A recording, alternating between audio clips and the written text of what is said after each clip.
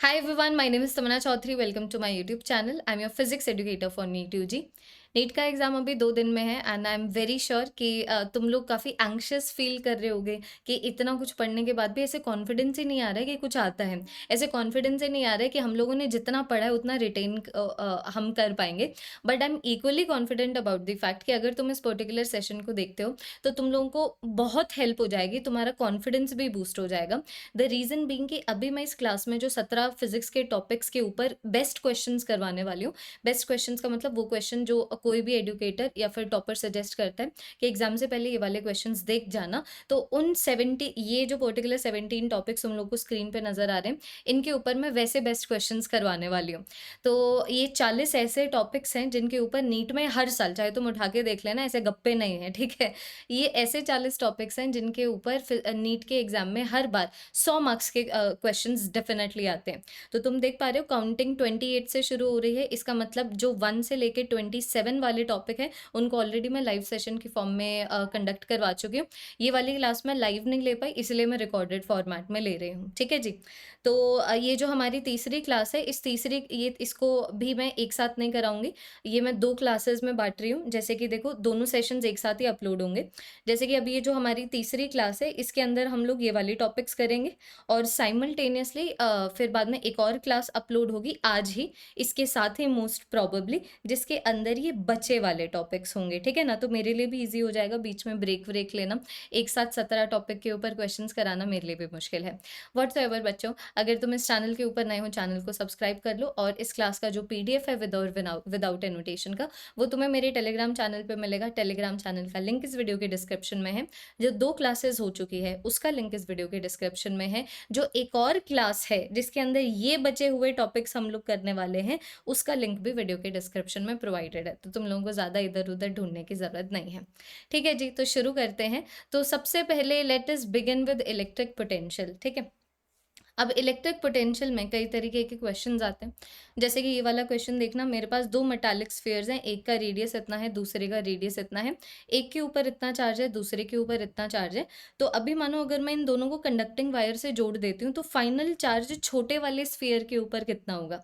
तो देखो, ये जो क्वेश्चन है, it is based on the simple concept कि अगर तुम 2 मेटालिक स्फीयर्स को जोड़ देते हो या किसी भी 2 कंडक्टिंग बॉडी को जोड़ देते हो कंडक्टिंग वायर से, तो दोनों एक कॉमन पोटेंशियल को एक्वायर कर लेते हैं। तो मानो कि ये मेरे पास पहले वाला स्फीयर था बच्चों, और ये मेरे पास दूसरे वाला स्फीयर था। तो अभी इसकी रेडियस की वैल्यू 1 mm गिवन है, ऑल्दो ये छोटा लग रहा है, ठीक है, नॉट 1 mm, 1 सेंटीमीटर। और ये मेरे पास 2 सेंटीमीटर है। इसके ऊपर चार्ज है 10⁻², इसके ऊपर चार्ज है 5 × 10⁻²। अब हमें नहीं पता चार्ज, क्योंकि देखो दोनों कॉमन पोटेंशियल एक्वायर करेंगे। अभी ये कुछ पोटेंशियल पे है, ये अभी कुछ पोटेंशियल पे है। तो दोनों कॉमन पोटेंशियल कैसे एक्वायर करेंगे? चार्जेस के रीडिस्ट्रीब्यूशन की हेल्प से। तो अब मैं नहीं जानती चार्ज यहाँ से यहाँ तक जाएगा या फिर यहाँ से लेके यहाँ तक जाएगा। तो हम कोई भी डायरेक्शन को ले सकते हैं। मानो मैंने ये बोल दिया कि जो चार्ज है यहाँ से लेके यहाँ तक जा रहा है, तो क्यू चार्ज है जो ऐसे छोटे वाले स्फीयर से निकल के बड़े वाले स्फीयर तक जाएगा, ताकि इस रीडिस्ट्रीब्यूशन ऑफ चार्ज की वजह से दोनों एक कॉमन पोटेंशियल एक्वायर कर ले। अब बिकॉज कॉमन पोटेंशियल एक्वायर कर लेंगे, तो पहले वाले का पोटेंशियल आ जाएगा के। इसके ऊपर जो चार्ज बच गया, तो बताओ अभी इसके ऊपर कितना चार्ज बचेगा। इसके ऊपर जो चार्ज बचेगा, इट इज़ 1/4πε0। इसके ऊपर ऑलरेडी कितना चार्ज था माइनस कितना चार्ज चला गया, डिवाइडेड बाई इसके रेडियस की वैल्यू। रेडियस की वैल्यू आ गई 0.01 मीटर, क्योंकि सेंटीमीटर में गिवन है। उसी तरीके से दूसरे के लिए पोटेंशियल आ जाएगा के। इसके ऊपर ऑलरेडी कितना चार्ज प्रेजेंट था और अब और इसके ऊपर कितना चार्ज आ गया है, डिवाइडेड बाय इसका, ये मेरे पास आ गया इतना। तो अभी यहाँ पर Q की वैल्यू निकाल लोगे। Q की वैल्यू निकाल ली, तो अब मुझसे क्या पूछा हुआ है, what is the charge on the smaller sphere. So smaller sphere is going to be 10⁻², minus Q की जो भी वैल्यू आ रही है, चाहे पॉजिटिव में वैल्यू आ रही है तो पॉजिटिव कर दो, जैसे कि -2। नेगेटिव में आ रही है तो नेगेटिव में कर दो, जैसे कि नेगेटिव ऑफ -2। सो ये अल्टीमेटली मेरे पास +2 आ जाता है। और इस तरीके से बच्चों जब तुम सॉल्व करोगे, option number D will give you the correct option. Exam 2 दिन में है, मैं तुम्हारा बिल्कुल भी टाइम नहीं लेना चाहती हूँ, ये बताते हुए कि चलो देखो आज मैं तुम लोगों को मल्टीप्लिकेशन सिखाती हूँ या डिवीजन सिखाती हूँ। बाकी अगर तुम लोगों को वीडियो पसंद आए, अगर तुम्हें वीडियो हेल्पफुल लगे, तो तुम ज़रूर से कमेंट करके जाना और इस वीडियो को लाइक भी करना, ताकि मैं भी, तो मुझे कैसे पता लगेगा कि तुम लोगों को ये चीज़ें पसंद आ रही हैं, है ना। नेक्स्ट क्वेश्चन देखिए। नेक्स्ट क्वेश्चन जैसा एक पीवाईक्यू है, जैसा 27 आइडेंटिकल ड्रॉप्स ऑफ मर्करी थे, सेम पोटेंशियल के ऊपर थे। हर एक जो ड्रॉप था 10 वोल्ट के पोटेंशियल के ऊपर था। अभी जो ड्रॉप्स थे स्फेरिकल थे। अभी ये जो चार्ज ड्रॉप्स हैं एक साथ मिलके एक बड़ा ड्रॉप बना रहे हैं, तो बताओ बड़े वाले ड्रॉप का पोटेंशियल कितना होगा। देखो भाई, मैं इतना नहीं जानती, मैं बस सिर्फ इतना जानती हूँ कि जो पोटेंशियल बड़े वाले ड्रॉप का होगा it is equal to 1/4πε0 multiplied by कितना चार्ज है बड़े वाले ड्रॉप के ऊपर डिवाइडेड बाय कितना रेडियस है बड़े वाले ड्रॉप का। है कि नहीं? मैंने बिल्कुल डायरेक्ट अप्रोच लिया, तुम लोगों को भी एग्जाम में डायरेक्ट अप्रोच ही लेना है। तो अभी यहाँ पर बोला हुआ है कि मेरे पास ये ड्रॉप तब बना है जब 10 वोल्ट के ऊपर जो 27 छोटे छोटे ड्रॉप्स थे वो मर्ज किए हैं। तो मैं ऐसा करती हूँ, मैं पोटेंशियल लिख देती हूँ इस तरीके से छोटू वाले ड्रॉप्स का, विच इज़ इक्वल टू 10, जो जिसकी वैल्यू हो जाएगी 1/4πε0। मुझे नहीं पता कि ये जो छोटे वाला ड्रॉप है उसके ऊपर कितना चार्ज है और उसके रेडियस की वैल्यू कितनी है। अब देखो, मुझे ऑब्वियस सी बात है दोनों को लिंक करना पड़ेगा ना, और मैं लिंक बहुत आराम से कर सकती हूँ, क्योंकि तुम मुझे एक बात बताओ, अगर मेरे पास 27 छोटू छोटू से ड्रॉप्स मिलके अगर एक बड़ा ड्रॉप बना रहे हैं, तो ये तो फिर ऑब्वियस सी बात है ना कि जो चार्ज होगा बड़े वाले के ऊपर it is going to be equal to 27 times the charge जो छोटे वाले ड्रॉप्स के ऊपर है। और उसी तरीके से मानो अगर मैं वॉल्यूम की कंजर्वेशन कर दूं कि भाई ऐसे 27 बार ऐसे छोटी छोटी वॉल्यूम आई है ताकि एक बार इतनी बड़ी वॉल्यूम बन सके, तो यहीं से मेरे पास आ जाएगा कि जो रेडियस बड़े वाले स्फीयर का है it is 3 times the radius जो छोटे वाले स्फीयर का है। तो तुम मुझे एक बात बताओ, अगर ये वाली वैल्यू 27 टाइम्स द चार्ज है जो छोटे वाले स्फीयर पे है, ये वाली वैल्यू 3 टाइम्स द रेडियस है जो छोटे वाले स्फीयर का है, तो पोटेंशियल 9 टाइम्स हो गया ना। Potential is directly proportional to charge by radius. तो अभी जो बड़े वाले ड्रॉप के ऊपर चार्ज है वो तो 27 टाइम्स है ना, और जो रेडियस है वो 3 टाइम्स है, तो जो पोटेंशियल है 9 टाइम्स हो गया ना। तो अगर मैं ये बोल सकती हूँ, अगर छोटे छोटे ये जो ड्रॉप्स थे अगर उनका पोटेंशियल 10 था, तो अभी जो बड़े वाला ड्रॉप है उसका पोटेंशियल कितना हो जाएगा, 90 volt. Option number D gives you the correct option. ये बड़ा प्यारा सा क्वेश्चन है, बहुत जेन्युइन क्वेश्चन है। ऐसे लगता है कि बहुत दिक्कत वाला क्वेश्चन है, ऐसा नहीं है। मेरे पास 3 कॉन्सेंट्रिक कंडक्टिंग शेल्स हैं as shown in the figure. तो सबसे अंदर वाले शेल के ऊपर पॉजिटिव क्यू चार्ज है, उससे बाहर वाले शेल के ऊपर नेगेटिव क्यू, और जो सबसे बाहर वाला शेल है उसके ऊपर इतना। अब हमसे क्वेश्चन यहाँ पर ये पूछा हुआ है, what is going to be the charge in the inner surface of the outer shell, कि ये वाली जो सरफेस है ना, inner surface of the outer shell, यहाँ पर कितना चार्ज होगा। अब देखो, ये जो ऐसे क्वेश्चंस होते हैं ना, वो क्वेश्चन सॉल्व होते हैं सिर्फ इस कंसेप्ट के बेसिस के ऊपर कि अगर मेरे पास एक कंडक्टिंग शेल है तो उसके अंदर कोई भी चार्ज नहीं होगा। जैसे कि देखो, अगर मानो मैं सबसे पहले इनर शेल की बात करूं, तो अभी इस इनर शेल के अंदर चार्ज नहीं होना चाहिए और है भी नहीं। मतलब आई कैन से प्रॉपर्टी ऑफ द कंडक्टर यहाँ पर वायलेट नहीं हो रहा है, जो कि होना भी नहीं चाहिए था। अब मानो अगर मैं ये वाले शेल की बात करूं, अब ये वाले शेल के अंदर तो पॉजिटिव क्यू चार्ज है ना, so property of the conductor violate हो रहा है। तो इसीलिए यहाँ पर इसके इनर सरफेस के ऊपर नेगेटिव क्यू आ जाएगा कि भाई अगर मानो ये जो surface of the middle shell है, अगर इसके अंदर पॉजिटिव क्यू चार्ज है तो नेगेटिव क्यू चार्ज इसके इनर सरफेस के ऊपर आ जाएगा। But charges can neither be created nor can be destroyed, इसलिए अगर नेगेटिव क्यू आया है तो पॉजिटिव क्यू का भी आना ज़रूरी है। तो पॉजिटिव क्यू इस तरीके से बाहर की साइड आ जाएगा। तो तुम लोग देख पा रहे हो कि इसकी इनर सरफेस के ऊपर यहाँ पर नेगेटिव क्यू चार्ज है। अब अगर मैं वही लॉजिक अप्लाई करूं ये वाले शेल के विद रिस्पेक्ट टू, तो अभी इस शेल के अंदर ये तो कैंसिल आउट हो गए, यहाँ पर नेगेटिव क्यू बचता है। तो अब इस शेल के अंदर नेगेटिव क्यू चार्ज है, लेकिन ऐसे नहीं हो सकता। तो अगर इस शेल के अंदर नेगेटिव क्यू चार्ज है लेकिन कभी भी कंडक्टिंग शेल है तो उसके अंदर तो नेट चार्ज होगा ही नहीं। तो इसके इनर सरफेस के ऊपर अब की बार क्या होता है, पॉजिटिव क्यू चार्ज डेवलप हो जाता है। But charges can neither be created nor can be destroyed. तो अगर इनर वाली सरफेस पे पॉजिटिव क्यू आ गया तो बाहर वाली सरफेस के ऊपर नेगेटिव क्यों चला जाएगा। तो हमसे क्या पूछा हुआ था, अब तो देखो मुझे इसकी इनर सरफेस पे भी पता है, ये जो शेल है इसके इनर सरफेस पे भी पता है, आउटर सरफेस पे भी पता है, इसकी भी इनर सरफेस और आउटर सरफेस पे पता लग गया। तो मुझसे तो सिर्फ इनर सरफेस के ऊपर पूछा हुआ था ना, तो इनर सरफेस के ऊपर कितना आ गया, पॉजिटिव स्मॉल क्यू। तो पॉजिटिव स्मॉल क्यू कहाँ पर लिखा हुआ है, option number B. Option number B gives you the correct option. A नहीं होगा यहाँ पर, आंसर की में ए था, गलत था। नेक्स्ट क्वेश्चन, ये तुम्हारा पीवाईक्यू इंस्पायर्ड क्वेश्चन है। दो चार्ज्ड स्फीयर हैं, एक का रेडियस इतना, दूसरे का रेडियस इतना, दोनों की इक्वल सरफेस चार्ज डेंसिटी है। तो बताओ what is going to be the ratio of the potential. अब तुम्हें ये बोल के कि दोनों की इक्वल सरफेस चार्ज डेंसिटी है, पोटेंशियल का रेशियो पूछा हुआ है, तो तुम्हारा मेजर एम ये होना चाहिए कि तुम पोटेंशियल को डिफाइन करो इन the terms of surface charge density. तो आई एम वेरी श्योर तुम लोगों को पोटेंशियल का ये वाला फॉर्मूला पता होगा, तो कोई दिक्कत की बात नहीं, यही वाला पता भी होना चाहिए। अब तुम्हें क्या करना है, चार्ज को सरफेस चार्ज डेंसिटी के टर्म्स में लिख दो। कैसे लिखोगे कि चार्ज ऑन द स्फीयर और I can say charge on the conducting shell, एक ही बात है, क्योंकि जब तक वो कंडक्टिंग है तो चाहे शेल हो या फिर स्फीयर हो, जितना भी चार्ज है वो उसकी सरफेस एरिया के ऊपर ही डिस्ट्रीब्यूटेड है। तो ये आ गया surface charge density multiplied by इसके सरफेस एरिया की जो वैल्यू है। अब इसके बेसिस के ऊपर मुझे देखो आंसर यहाँ पर ये मिल रहा है, देख पा रही हो, this is the answer that I get. तो पोटेंशियल को मैंने सरफेस चार्ज डेंसिटी की टर्म्स में लिख दिया। अब यहाँ पर बोल रहे हैं कि दोनों की जो सरफेस चार्ज डेंसिटी है वो इक्वल है, तो ऑब्वियस ही बात है फिर जो पोटेंशियल है it is going to be directly proportional to the radius. So I can say ratio of the potential V1/V2 is going to be given by R1/R2। कहाँ पर नजर आ रहा है, option number A. Option number A gives you the correct option, ये नहीं होगा। Answer की में गड़बड़ है बच्चे घबरा गए होंगे। ये देखो option number A gives you the correct option, surface charge density equal थी तो उसके बेसिस पे हमें आंसर करना था। नेक्स्ट क्वेश्चन यहाँ पर ये है, इलेक्ट्रिक पोटेंशियल एक पर्टिकुलर जगह पे ऐसे वेरी कर रहा है, तो फिर बताओ इस पर्टिकुलर पॉइंट के ऊपर इलेक्ट्रिक फील्ड कितनी होगी। अब इलेक्ट्रिक फील्ड और पोटेंशियल के बीच में रिलेशनशिप सबसे पहले पता होना चाहिए। तो इलेक्ट्रिक फील्ड और पोटेंशियल के बीच में ये रिलेशनशिप है that the electric field is the negative potential gradient, it is the negative potential gradient, right. तो अभी इलेक्ट्रिक फील्ड इस पर्टिकुलर पॉइंट के ऊपर मुझसे पूछी हुई है, तो मुझे एक्स कोऑर्डिनेट पता लगे कि 2, वाई कोऑर्डिनेट मुझे 0 पता लग गए, जेड कोऑर्डिनेट 1 पता लग गए कि इस जगह पे इलेक्ट्रिक फील्ड निकालनी है। अब यहाँ पर जो पोटेंशियल है तुम देखो ना, यहाँ पर जो पोटेंशियल है सिर्फ एक्स की डायरेक्शन में चेंज हो रहा है, तो ऑब्वियस सी बात है जो इलेक्ट्रिक फील्ड है वो भी फिर एक्स की डायरेक्शन में ही होगी।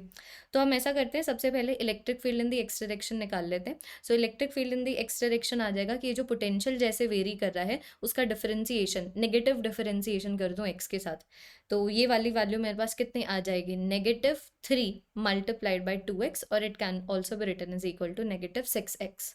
अगर उसी तरीके से electric field in the y direction निकालूं, तो अब की बार इस ये जो पोटेंशियल गिवन है इसका डिफरेंशिएशन वाई के साथ करना पड़ेगा जो 0 आ गया। उसी तरीके से इसका डिफरेंशिएशन जेड के साथ कर दूंगी तो भी मेरे पास 0 आएगा, तो electric field in the Z direction भी 0 है। तो तुम्हारे पास आगे इलेक्ट्रिक फील्ड इन वाई और जेड डायरेक्शन है नहीं, सिर्फ एक्स की डायरेक्शन में है ना। तो यहाँ पर कोऑर्डिनेट्स पुट कर दो, देखो एक्स इज इक्वल टू 2 पे पूछा हुआ है, तो आई कैन से कि इलेक्ट्रिक फील्ड की वैल्यू जिस पॉइंट के ऊपर मुझसे पूछी हुई है it is equal to -12 volt per metre. Negative showing कि वो नेगेटिव एक्स के डायरेक्शन में। तो कहाँ पर मिल रहा है, ऑप्शन नंबर डी में मिल रहा है, option number D gives you the correct option. Next question उसी तरीके का एक क्वेश्चन है, मानो अगर एक जगह के ऊपर इलेक्ट्रिक फील्ड को जिस तरीके से पोटेंशियल को जिस तरीके से वेरी कर रहा है, तो ये वाले कोऑर्डिनेट्स पे बताओ इलेक्ट्रिक फील्ड कैसी होगी।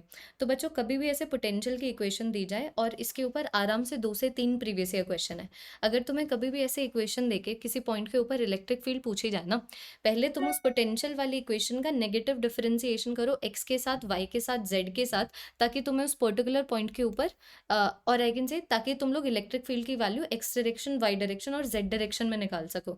जैसे कि सबसे पहले अभी रिपीट हो रहा है, ये इलेक्ट्रिक फील्ड जो एक्स डायरेक्शन में है वो ऐसे करके आ जाएगा, नेगेटिव डिफरेंशिएशन विद एक्स, ये वाली वैल्यू आ गई -8x। अब एक्स की वैल्यू पुट कर दो, एक्स की वैल्यू इन्होंने दी हुई है, एक्स की वैल्यू 1, तो वैल्यू कितने आ गई, -8 वोल्ट पर मीटर। इसका मतलब जो इलेक्ट्रिक फील्ड है नेगेटिव एक्स की डायरेक्शन में है जिसका मैग्नीट्यूड 8 है। अगर मानो मैं electric field in the y direction की बात करूं, तो अब की बार मुझे इसका डिफरेंशिएशन वाई के साथ करना है, तो वाई के ऊपर तो ये डिपेंड ही नहीं कर रहा, 0 आ गया। उसी तरीके से electric field in the Z direction भी 0 आ गई। तो मैं यहाँ पर देख पा रही हूँ कि इस पर्टिकुलर पॉइंट के ऊपर इलेक्ट्रिक फील्ड वाई डायरेक्शन और जेड डायरेक्शन में है नहीं, एक्स की डायरेक्शन में, नेगेटिव एक्स की डायरेक्शन में है जिसका मैग्नीट्यूड 8 है, जो हम लोग ऑप्शन नंबर ए में देख पा रहे हैं। Option number A gives us the correct option. Next question ये है कि मानो अगर मेरे पास इस तरीके से एक सर्कल हो जिसकी डायमीटर की वैल्यू 2d है, तो डायमीटर की वैल्यू 2d है बोले तो रेडियस की वैल्यू d है ना।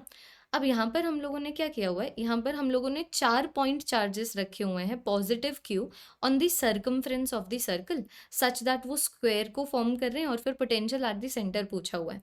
तो बेसिकली एक यहाँ पर है, एक यहाँ पे है, एक यहाँ पे है, एक यहाँ पे है। देखो ना, 4 point charges placed on the circumference forming a square, तो ऑब्वियसली बात है इसी तरीके से प्लेस्ड होंगे। और अब मुझसे यहाँ पर ये पूछा हुआ है कि पोटेंशियल सेंटर के ऊपर कितना होगा, what is going to be the potential at O point. तो देखो, सबसे पहले तो इस स्क्वायर का कोई सिग्निफिकेंस नहीं है।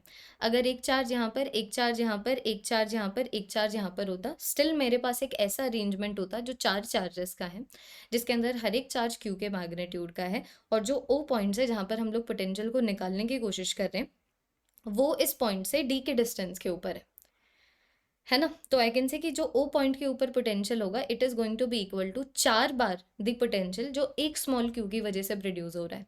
और जो पोटेंशियल एक स्मॉल क्यू की वजह से प्रोड्यूस हो रहा है, मानो कि अगर मैं इसको वो मान लूँ, तो वो वाली वैल्यू हो जाएगी 1/4πε0 चार्ज डिवाइडेड बाय कितने डिस्टेंस के ऊपर। एक बार जरा सा देख लीजिए। सो वैसे तो नन ऑफ द अबव आना चाहिए, क्योंकि यहाँ पर के मिसिंग है कि नहीं, के मिसिंग है ना, 1/4πε0 मिसिंग है। तो अगर मानो मैं क्वेश्चन को थोड़ा सा करेक्ट कर दूं और अब इस बेसिस के ऊपर आंसर दूं, so option number B gives me the correct option. ये हो गया हमारा पहला topic, which is electric potential. Electric potential का सिग्निफिकेंस, एक पॉइंट के ऊपर पोटेंशियल निकालना, या फिर इलेक्ट्रिक फील्ड की वजह से पोटेंशियल कैसे चेंज होता है उसके ऊपर बात करना, ये अभी हमने उसके ऊपर क्वेश्चन सॉल्व किए। अब हम लोग आते हैं हमारे नेक्स्ट टॉपिक के ऊपर। टाइम स्टैम्प्स ऐड में कर दूंगी, लेकिन अगर तुम लोग को ये क्वेश्चन पसंद आ रहे हैं, फटाफट से इस वीडियो को लाइक करो। I am hoping in questions को देख के कॉन्फिडेंस आ रहा है तुम लोगों को कि हाँ, ये वाले क्वेश्चंस तो हमारे किए हुए हैं, है ना। क्योंकि ये वो क्वेश्चन है जो तुम लोगों को डेफिनेटली एग्जाम से पहले एक बार करके जाने हैं, जो तुम लोग इस लेक्चर की हेल्प से कर पा रहे हो। तो ऑब्वियसली बात है, तुम लोगों को कम टाइम लग रहा है, और इस कम टाइम लगने में ही जितनी भी सारी चीज़ें हैं एक पर्टिकुलर टॉपिक से रिलेटेड इंपॉर्टेंट एग्जाम से पहले करने वाली, वो रिवाइज हो रही है। नेक्स्ट टॉपिक के ऊपर चलते हुए, which is refraction and total internal reflection. अब यहाँ पर ये है कि लाइट दो मीडिया में ट्रैवल कर रहा है, एक में स्पीड इतनी है, दूसरे में स्पीड इतनी है। तो अभी इस पर्टिकुलर मीडियम के लिए क्रिटिकल एंगल पूछा हुआ है, ठीक है। चलो बात कर लेते हैं। पता नहीं कैसे अप्रोच करेंगे मैं, लेकिन सबसे पहले क्रिटिकल एंगल का डायरेक्ट फॉर्मूला लिख देती हूँ, जो कि हमारा अप्रोच होता भी है। कि भाई देखो, sine of the critical angle is going to be given by refractive index of the rare medium by refractive index of the denser medium. अब इन्होंने मुझे रिफ्रैक्टिव इंडेक्स नहीं दिया हुआ, इन्होंने मुझे velocity of the light in the medium दिया हुआ है। तो तुम्हें पता होना चाहिए refractive index is inversely proportional to the wavelength of the light in that medium, and also inversely proportional to the velocity of the light in that medium. तो ये वाली वैल्यू आ गई velocity of the light in the denser medium, velocity of the light in the rare medium. अब मुझे ये दोनों value given थी, तो मैंने सोचा पहले सब्स्टिट्यूट कर देती हूँ, क्या पता मुझे पता लग जाए कि आंसर यहाँ से आएगा। तो तुम देखो ना, ये वाली वैल्यू छोटी है, तो इसका मतलब this should be the velocity of the light in the denser medium, क्योंकि डेंसर मीडियम में जो लाइट है धीरे धीरे ट्रैवल करती है ना। और उसी तरीके से ये बड़ी वाली वेलोसिटी है, तो डेफिनेटली ये एक ऐसे मीडियम की लाइट की वेलोसिटी दी हुई है जो मीडियम जो है कंपेरेटिवली रेयर है। तो अब मैं इसको यहाँ पर सब्सटीट्यूट कर दूँ, तो 1.8 इंटू 10⁸, ये मेरे पास आ गया 2.4 इंटू 10⁸, वैल्यू मेरे पास आ गई 3/4। तो यहीं से आंसर आ गया। देखो, so critical angle is going to be given by sine inverse of 3/4, जो कि हम लोग ऑप्शन नंबर डी में देख पा रहे हैं। Option number D gives us the correct option. Next question देखना। मेरे पास एक रे ऑफ लाइट है, एक रेक्टेंगुलर स्लैब को हिट करता है, जिसके रिफ्रैक्टिव इंडेक्स की वैल्यू है √2 at an angle of 45 degree. तो अब बताओ what is the angle between the reflected ray and the refracted ray. Angle वैंगल देखे जाएंगे भाई, पहले हम ये तो देखें कि इस पर्टिकुलर स्पेस में एक गिवन इंसिडेंट रे के लिए रिफ्लेक्टेड रे कैसे एग्जिस्ट करती है और रिफ्रैक्टेड रे कैसे एग्जिस्ट करती है। तो अभी मानो अगर मैं रिफ्लेक्टेड रे की बात करूँ, तो रिफ्लेक्टेड रे का तो यही सीन है ना, जो एंगल ऑफ इंसिडेंस है वही मेरा एंगल ऑफ रिफ्लेक्शन है। तो 45 डिग्री के ऊपर अगर इंसिडेंट हुआ, तो 45 डिग्री के ऊपर रिफ्लेक्ट भी हो गया। लेकिन मानो अब की बार अगर मैं रिफ्रैक्टेड वेव की बात करूं या फिर रिफ्रैक्टेड रे की बात करूं, तो चीज़ें इतनी सिंपल नहीं है। मुझे यहाँ पर स्नेल्स लॉ लगाना पड़ेगा कि भाई this is the point of incidence, this is normal to the point of incidence, angle of incidence की वैल्यू 45 डिग्री है, एंगल ऑफ रिफ्रैक्शन हम लोगों को निकालना पड़ेगा। तो ऊपर वाले केस में ये एयर है, रिफ्रैक्टिव इंडेक्स 1, ये रेक्टेंगुलर स्लैब है, रिफ्रैक्टिव इंडेक्स की वैल्यू √2। तो मैं स्नेल्स लॉ अगर लगा दूं, तो मेरे पास आ जाएगा sine of I by sine of R. यही वाले आर की वैल्यू हम लोगों को निकालनी है। It is refractive index of the medium, जहां पर रिफ्रैक्टेड रे है, which is equal to √2 divided by the refractive index of the medium, जहां पर इंसिडेंट रे है, विच इज 1। देखो, तो यहाँ से मेरे पास साइन ऑफ आर की वैल्यू 1/2 आ जाती है। तो ऑब्वियस सी बात है, आर की वैल्यू कितनी आ गई, 30 डिग्री। तो तुम मुझे एक बात बताओ, ये मेरे पास स्ट्रेट लाइन है, ये 30 डिग्री हो गया, ये 45 डिग्री हो गया, मतलब आई कैन से ये दोनों मिलके 75 डिग्री हो गए। तो ये वाला एंगल कितना हुआ, 180 डिग्री माइनस 75 डिग्री, जो कितना हो जाता है 105 degree. Option number C gives me the correct option. नहीं, तो बिल्कुल ईजीएस्ट अप्रोच रखो, ये वाला एंगल कितना हो गया 180 degree minus 45 degree minus 30 degree. Option number C आ जाता है as it was given in the answer key. Next question मेरे पास ये है कि एक फिश है, वाटर के अंदर है और बाहर वाले वर्ल्ड को देख रही है, ठीक है। तो refractive index of the water की वैल्यू अगर इतनी है और जो फिश है वो 12 सेंटीमीटर बिलो है सरफेस ऑफ द वाटर, तो बताओ कितना रेडियस ऑफ सर्कल है इन सेंटीमीटर जिसके अंदर ये आउटर वर्ल्ड को देख पा रही है। तो देखो भाई, फिश को वही देख पाएगी, मतलब ये जो फिश है उस पर्टिकुलर हॉरिजन को ही देख पाएगी। मतलब देखो, अब मैं इसको कैसे समझाऊं, how do I frame this.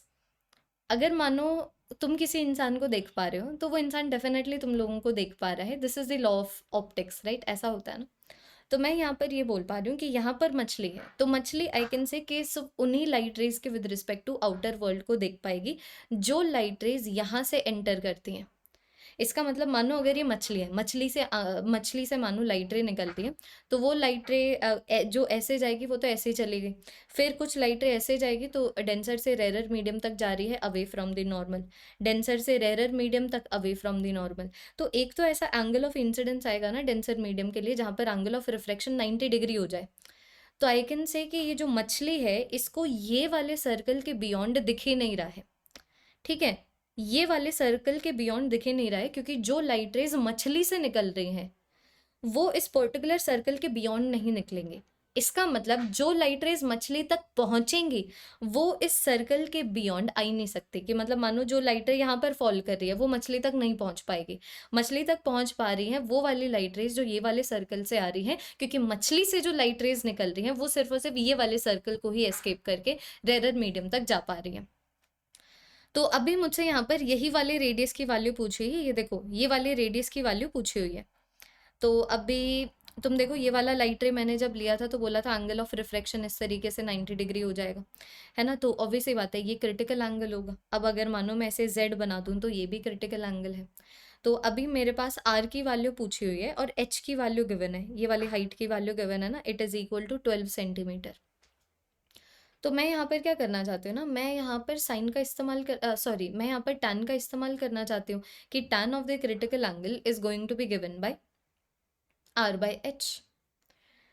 H की वैल्यू ऑलरेडी 12 सेंटीमीटर है, तो ये वाली वैल्यू आ गई आर डिवाइडेड बाय 12 सेंटीमीटर। अब देखो, मुझे आर की वैल्यू को निकालने के लिए अब ये चीज़ तो तय है कि मुझे सिर्फ और सिर्फ क्रिटिकल एंगल चाहिए। तो क्रिटिकल एंगल निकाल लेते हैं। तो मेरे पास एक फॉर्मूला है, तो हमारे पास कि sine of the critical angle is equal to refractive index of the rarer medium by refractive index of the denser medium. तो मेरे पास ये वाली वैल्यू कितनी आ गई, रेरर मीडियम एयर है और जो मेरे पास डेंसर मीडियम है पानी है, जिसकी रिफ्रैक्टिव इंडेक्स की वैल्यू इतनी है। तो ये वाली वैल्यू आ जाती है मेरे पास कितनी, 3/4। तो अभी मेरे पास साइन ऑफ क्रिटिकल एंगल 3/4 है और मुझे उसकी टैन की वैल्यू लिखनी है। तो ऑब्वियस सी बात है, हम यहाँ पर हमारा खुद का एक ट्राइंगल बनाएंगे ना। ये देखो, इस तरीके से एक ट्राइंगल बनाएंगे कि भाई एक ऐसा मेरे पास मानो this is the critical angle. इसके लिए साइन की वैल्यू कितनी है, साइन की वैल्यू 3/4 है, मतलब अगर ऑपोजिट 3 है तो हाइपोटेनियस की वैल्यू 4 है, ठीक है। सो मानो अगर ये मेरे पास जो बेस है वो x था, तो मैं बोल सकती हूँ ना 4 का स्क्वायर इज इक्वल टू 3 का स्क्वायर प्लस x का square. So 16 is equal to 9 plus x का स्क्वायर। तो x के स्क्वायर की वैल्यू 7 आ गई, तो x की वैल्यू अंडर रूट ऑफ 7 आ गई, मतलब ये मेरे पास अंडर रूट ऑफ 7 है। मैंने ये क्यों किया, मैंने इसलिए किया क्योंकि मुझे tan of the critical angle निकालना है। तो ऑब्वियस ही बात है, टैन निकालना है तो मेरे पास बेस होना चाहिए था। एक बार मेरे पास बेस आ गया तो खत्म। tan of the critical angle is equal to opposite by base, which is equal to 3 by under root 7। ये लिखते ही काम खत्म। देखो, ये लिखते ही काम खत्म। सो tan of the critical angle कितना है, 3 by under root 7। तो ये वाली वैल्यू 3 by under root 7 है। तो आर की वैल्यू आ गई ना 12 multiplied by 3 divided by under root 7 centimetre. Option number C gives us the correct option. Next question. तो क्रिटिकल एंगल एक ऐसा एंगल ऑफ इंसिडेंस है, ये पी वाई क्यू है। सोचो ऐसा एक पी वाई क्यू है, क्रिटिकल एंगल वो एंगल ऑफ इंसिडेंस है डेंसर मीडियम में, जिसके लिए angle of refraction rarer medium में कितना हो जाए, 90 डिग्री हो जाए, है कि नहीं? कि मानो ये मेरे पास सरफेस है where this is the denser medium and this is the rarer medium, तो मेरे पास मैं ये बोल सकती हूँ कि क्रिटिकल एंगल वो एंगल ऑफ इंसिडेंस है सच दैट जो लाइट रे है रिफ्रैक्शन शो करने के बाद पैरेलल टू द सरफेस चली जाए. सो this is the critical angle and this is 90 degree. Angle of refraction being 90 degree. Option number C gives you the correct option. Frequency of the light air में इतनी है, तो बताओ frequency of the light कितनी होगी जब वो water में एंटर करती है. तो ये चीज़ बच्चों हमेशा याद रखना. देखो, अगर मानो एक पर्टिकुलर लाइट किसी मीडियम से दूसरे मीडियम तक जा रही है, तो वेवलेंथ चेंज होगी, वेलोसिटी चेंज होगी, फ्रीक्वेंसी कभी भी चेंज नहीं होगी, चाहे no matter what is the type of medium that we are talking about. तो अगर मानो एयर के अंदर लाइट की फ्रीक्वेंसी इतनी है, तो वाटर के अंदर भी लाइट की फ्रीक्वेंसी इतनी ही रहेगी. तो वो मुझे कहाँ पर दिख रहा है, ऑप्शन नंबर बी में. Option number B gives me the correct option.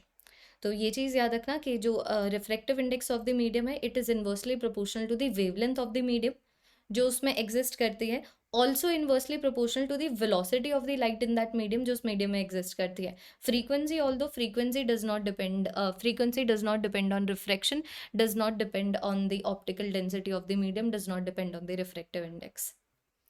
Next question, जो रिफ्रैक्टिव इंडेक्स इंफ्रारेड लाइट का है उसको कंपेयर करो refractive index of the ultraviolet से, रेड से एंड स्टफ. ठीक है, हम ऐसा करते हैं, पहले यहाँ पर विबग्योर बना लेते हैं. ये देखो, ये मेरे पास इस तरीके से विबग्योर आया है. यहाँ पर अल्ट्रावायलेट होता है और यहाँ पर इंफ्रारेड होता है ना? तो तुम लोग देखो ना, इस डायरेक्शन में जब हम लोग जा रहे हैं, वेवलेंथ की वैल्यू बढ़ रही है, तो रिफ्रैक्टिव इंडेक्स कम होना चाहिए. तो अभी बोला हुआ है रिफ्रैक्टिव इंडेक्स फॉर इंफ्रारेड, तो इंफ्रारेड के लिए तो जो रिफ्रैक्टिव इंडेक्स है सबसे कम हो गया. देखो, क्योंकि यहाँ पर कंपैरिजन में एक तो अल्ट्रावायलेट है और दूसरा कंपैरिजन में रेड है. तो अल्ट्रावायलेट की एज वेल एज रेड की वेवलेंथ कंपैरेटिवली कम है, तो उनका जो रिफ्रैक्टिव इंडेक्स है बड़ा होगा. तो आई कैन से कि जो रिफ्रैक्टिव इंडेक्स इंफ्रारेड का है दोनों का छोटा है. It is lesser than red as well as it is lesser than the ultraviolet. Option number B gives me the correct option. Next question, ये मेरे पास फिगर गिवन है, मल्टीपल ग्लास स्लैब प्रॉब्लम है. तो यहाँ पर मल्टीपल ग्लास स्लैब है, इसके रिफ्रैक्टिव इंडेक्स की वैल्यू μ1, इसकी μ2, इसकी μ3 और इसकी μ4. अब यहाँ पर ये बोला हुआ है जितने भी सर्फेसेस है पैरेलल है, मतलब कंप्लीटली रेक्टेंगुलर स्लैब्स हैं ये. ठीक है, अब यहाँ पर बोला हुआ है कि ये जो रे सी डी है ना, it is parallel to the incident ray A B. तो इसका मतलब क्या, इसका मतलब ये कि इस मीडियम का जो रिफ्रैक्टिव इंडेक्स है वही रिफ्रैक्टिव इंडेक्स इस मीडियम का भी है. इसका मतलब ये दैट μ1 इज इक्वल टू μ4. तुम्हारी टीचर ने कराया होगा, अगर नहीं करा है तो याद रखना. अगर मेरे पास रेक्टेंगुलर स्लैब प्रॉब्लम है, तो अगर मुझे किन्हीं भी दो मीडियम के अंदर लाइट रे पैरेलल दिखे, मतलब उन दोनों मीडियम का जो रिफ्रैक्टिव इंडेक्स है वो सेम होगा. सो μ1 इज इक्वल टू μ4. लेकिन जैसे कि तुम लोग देख पा रहे हो, कहीं पे भी वो ऑप्शन में नहीं गिवन है ना? लेकिन एक और चीज़ नोटिस करो कि ये जो ए बी है वो ये वाली रे से भी सिमिलर है. इसका मतलब यहाँ पर जो μ1 की वैल्यू है वो μ2 के भी इक्वल है, जो कि मैं कहाँ पर देख पा रही हूँ, ऑप्शन नंबर ए में देख पा रही हूँ. सो option number A gives me the correct option. Next question PYQ inspired question है. मेरे पास बच्चों ये एक इंटरफेस है जो एयर और ग्लास को सेपरेट करता है. जहाँ पर लाइट रेज है वहाँ पर ग्लास है, डेंसर मीडियम, और दूसरी साइड एयर है. तो टोटल इंटरनल रिफ्लेक्शन होने की प्रोबेबिलिटी है. तो अभी इस इंटरफेस के ऊपर अभी एक वाइट लाइट गिरती है. ठीक है, वाइट लाइट गिरती है और यहाँ पर बोला हुआ है अगर मानो green light is just totally internally reflected, तो बताओ एमर्जिंग रेज में तुम लोगों को क्या क्या नजर आएगा. मतलब ये बोला हुआ है कि जिस भी एंगल के ऊपर ये जो वाइट लाइट गिरी है ना, तो यहाँ पर ये जो एंगल है, मानो ये जो मेरे पास थीटा है, so this theta is the critical angle for green light. तो यहाँ पर जो एमर्जेंट रे निकलेंगे, यहाँ पर इस तरीके से जो एमर्जेंट रे निकलेंगे, तो उन एमर्जेंट रे में कौन कौन से कलर्स होंगे ये पूछा हुआ है. तो अभी बात देखो, ये कौन से कंसेप्ट के ऊपर है. मेरे पास वाइट लाइट है, वाइट लाइट में जितने भी इंडिविजुअल कंपोनेंट्स हैं उनकी अलग अलग वेवलेंथ है. तो ऑब्वियसली बात है उसके लिए ये जो मीडियम है अलग अलग रिफ्रैक्टिव इंडेक्स का साबित होगा. रिफ्रैक्टिव इंडेक्स के ऊपर ही क्रिटिकल एंगल डिपेंड करता है कि जितना ज़्यादा रिफ्रैक्टिव इंडेक्स होगा एक पर्टिकुलर लाइट रे के लिए, उतना ही छोटा उसका क्रिटिकल एंगल होगा, उतनी हायर प्रोबेबिलिटी है कि उसका टोटल इंटरनल रिफ्लेक्शन हो जाए. तो अब ध्यान देना, अगर मानो मैं इस तरीके से विबग्योर को मान लूँ, ठीक है, सो ये मेरी ग्रीन लाइट है. हम ऐसा करते हैं, ये वाले सेक्शन को स्टडी करते हैं. तो अभी मैं येलो की बात करूँ, ऑरेंज की बात करूँ, रेड की बात करूँ, इनकी जो वेवलेंथ है बड़ी है, तो रिफ्रैक्टिव इंडेक्स छोटा है। रिफ्रैक्टिव इंडेक्स छोटा है मतलब क्रिटिकल एंगल की वैल्यू बड़ी है, कि मतलब मानो अगर ग्रीन के लिए ये क्रिटिकल एंगल था ना, येलो, ऑरेंज और रेड के लिए ये क्रिटिकल एंगल नहीं होगा, तो ये टोटली इंटरनली रिफ्लेक्ट नहीं होंगे और रिफ्रैक्शन शो करके चले जाएंगे। तुम देखो ना, ये जो एंगल ऑफ इंसिडेंस था वो ग्रीन के लिए क्रिटिकल एंगल था, यहाँ पर लिखा हुआ है green light is just totally internally reflected. तो अगर ये एंगल ऑफ इंसिडेंस ग्रीन के लिए क्रिटिकल एंगल है, तो अगर मैं येलो की बात करूँ, ऑरेंज की बात करूँ, रेड की बात करूँ, जिनकी वेवलेंथ बड़ी है, तो इन लाइट के इस लाइट रे के लिए या फिर इन लाइट रे के लिए जो रिफ्रैक्टिव इंडेक्स है कम होगा, तो क्रिटिकल एंगल की वैल्यू बड़ी होगी। मतलब जिस एंगल के ऊपर green total internal reflection show कर रहा है, उस एंगल के ऊपर येलो, ऑरेंज और रेड नहीं करेंगे, क्योंकि इनका कट ऑफ ज़्यादा है टोटल इंटरनल रिफ्लेक्शन कराने का, इनका क्रिटिकल एंगल ज़्यादा है। तो ऑब्वियसली बात है, फिर मुझे इमर्जेंट रेज में क्या यही वाले कलर्स नज़र आएंगे, येलो, ऑरेंज और रेड। ऑप्शन नंबर ए में जो दिया हुआ है, so option number A gives me the correct option. Next question बच्चों मेरे पास यहाँ पर ये है, ये जो प्रोडक्ट है किसके इक्वल टू होगा, लिख देते हैं। म्यू 1 2 का मतलब refractive index of the one medium with respect to the second medium, इसका मतलब रिफ्रैक्टिव इंडेक्स ऑफ 1/2। फिर ये मेरे पास आ गया refractive index of the second medium with respect to the third medium. फिर ये मेरे पास आ गया refractive index of the third medium with respect to the fourth medium. तो ये वाली वैल्यू कितनी आ गई, ये वाली वैल्यू आ गई म्यू 1/म्यू 4। इसको दो तरीके से लिख सकते हैं, या तो लिख दो refractive index of the first medium with respect to the fourth medium, या फिर इसको ऐसे लिख दो 1 divided by refractive index of the fourth medium with respect to the first medium. तो वो मुझे ऑप्शन नंबर सी में नजर आ रहा है। Option number C gives me the correct option. ये हो गया दूसरा टॉपिक। तो लाइव क्लास अगर होती तो इतने जल्दी नहीं ख़त्म होना था, इतने सारे टॉपिक्स, इतने सारे क्वेश्चंस, वो भी डिटेलिंग में। क्योंकि अगेन जैसे लाइव क्लासेस के कुछ बेनिफिट्स है, रिकॉर्डेड सेशन के भी बेनिफिट्स है। जैसे रिकॉर्डेड सेशन में देर आर नो डिस्ट्रैक्शन, मैं एक पल के लिए डिस्ट्रैक्ट नहीं होंगी, तो मैं बिल्कुल इस फ्लो में जा सकती हूँ, फ्लो ऑफ टीचिंग में जा सकती हूँ, जहाँ पर ना मुझे टाइम का पता लगता है और एक्चुअली में टाइम इतना जल्दी बीतता भी नहीं है जितना मुझे लग रहा है बीत रहा है, क्योंकि मैं तो इस जोन में हूँ, है ना। नेक्स्ट फिर बच्चों जो हमारा टॉपिक आ जाता है, it is capacitor and dielectrics. Let me drink some water.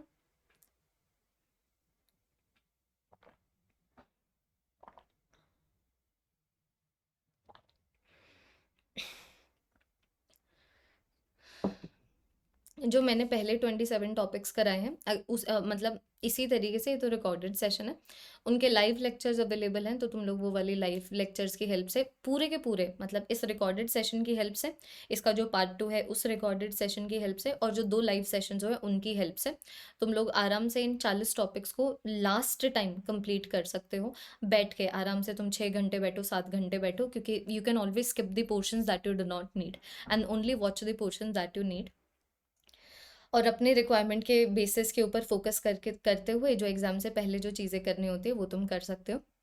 बाकी मैं इस पर्टिकुलर यूट्यूब चैनल के ऊपर 10 बजे एक सेशन रखने वाली हूँ, और उस सेशन में हम लोग इसी के बारे में बात करेंगे कि 6 मई को कैसे प्लान करना है, जो एग्ज़ाम से पहला एक दिन पहले वाला दिन है। सांसें नहीं आ रही। यहाँ पर देखना, मेरे पास पैरेलल प्लेट कैपेसिटर है, लेकिन ये जो पैरेलल प्लेट कैपेसिटर है इक्वल एरिया की नहीं है। तो बताओ दोनों के ऊपर जो चार्ज है कैसा होगा। तो भाई ये देखो, ये क्वेश्चन को वही बच्चा आंसर कर पाएगा जिसने process of charging of the capacitor पढ़ा हो। कि मानो कभी भी हम इस तरीके से कैपेसिटर की चार्जिंग करते हैं ना, तो होता क्या है कि यहाँ से इलेक्ट्रॉन निकलेंगे। अब यहाँ से जितने इलेक्ट्रॉन निकलेंगे, यहाँ पर उतने इलेक्ट्रॉन एक्यूमुलेट होंगे ना।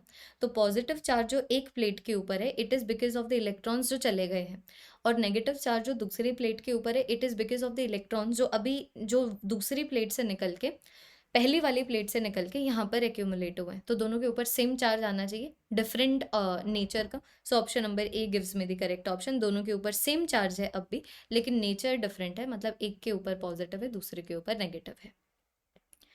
अगर मानो बच्चों मेरे पास एक चार्ज्ड कैपेसिटर है, अभी ये जो मेरे पास चार्ज्ड कैपेसिटर है, मैंने क्या किया, जिस बैटरी से मैंने इसको चार्ज किया है वो वाली बैटरी मैंने हटा दी। तो मानो इसके ऊपर कुछ इस तरीके से पॉजिटिव क्यू चार्ज था, इसके ऊपर कुछ नेगेटिव क्यू चार्ज था। अब मैंने इसके बीच में एक डाइलेक्ट्रिक को इंसर्ट कर दिया। तो अभी हमसे यही पूछा हुआ है कौन सी चीज़ कांस्टेंट रहेगी।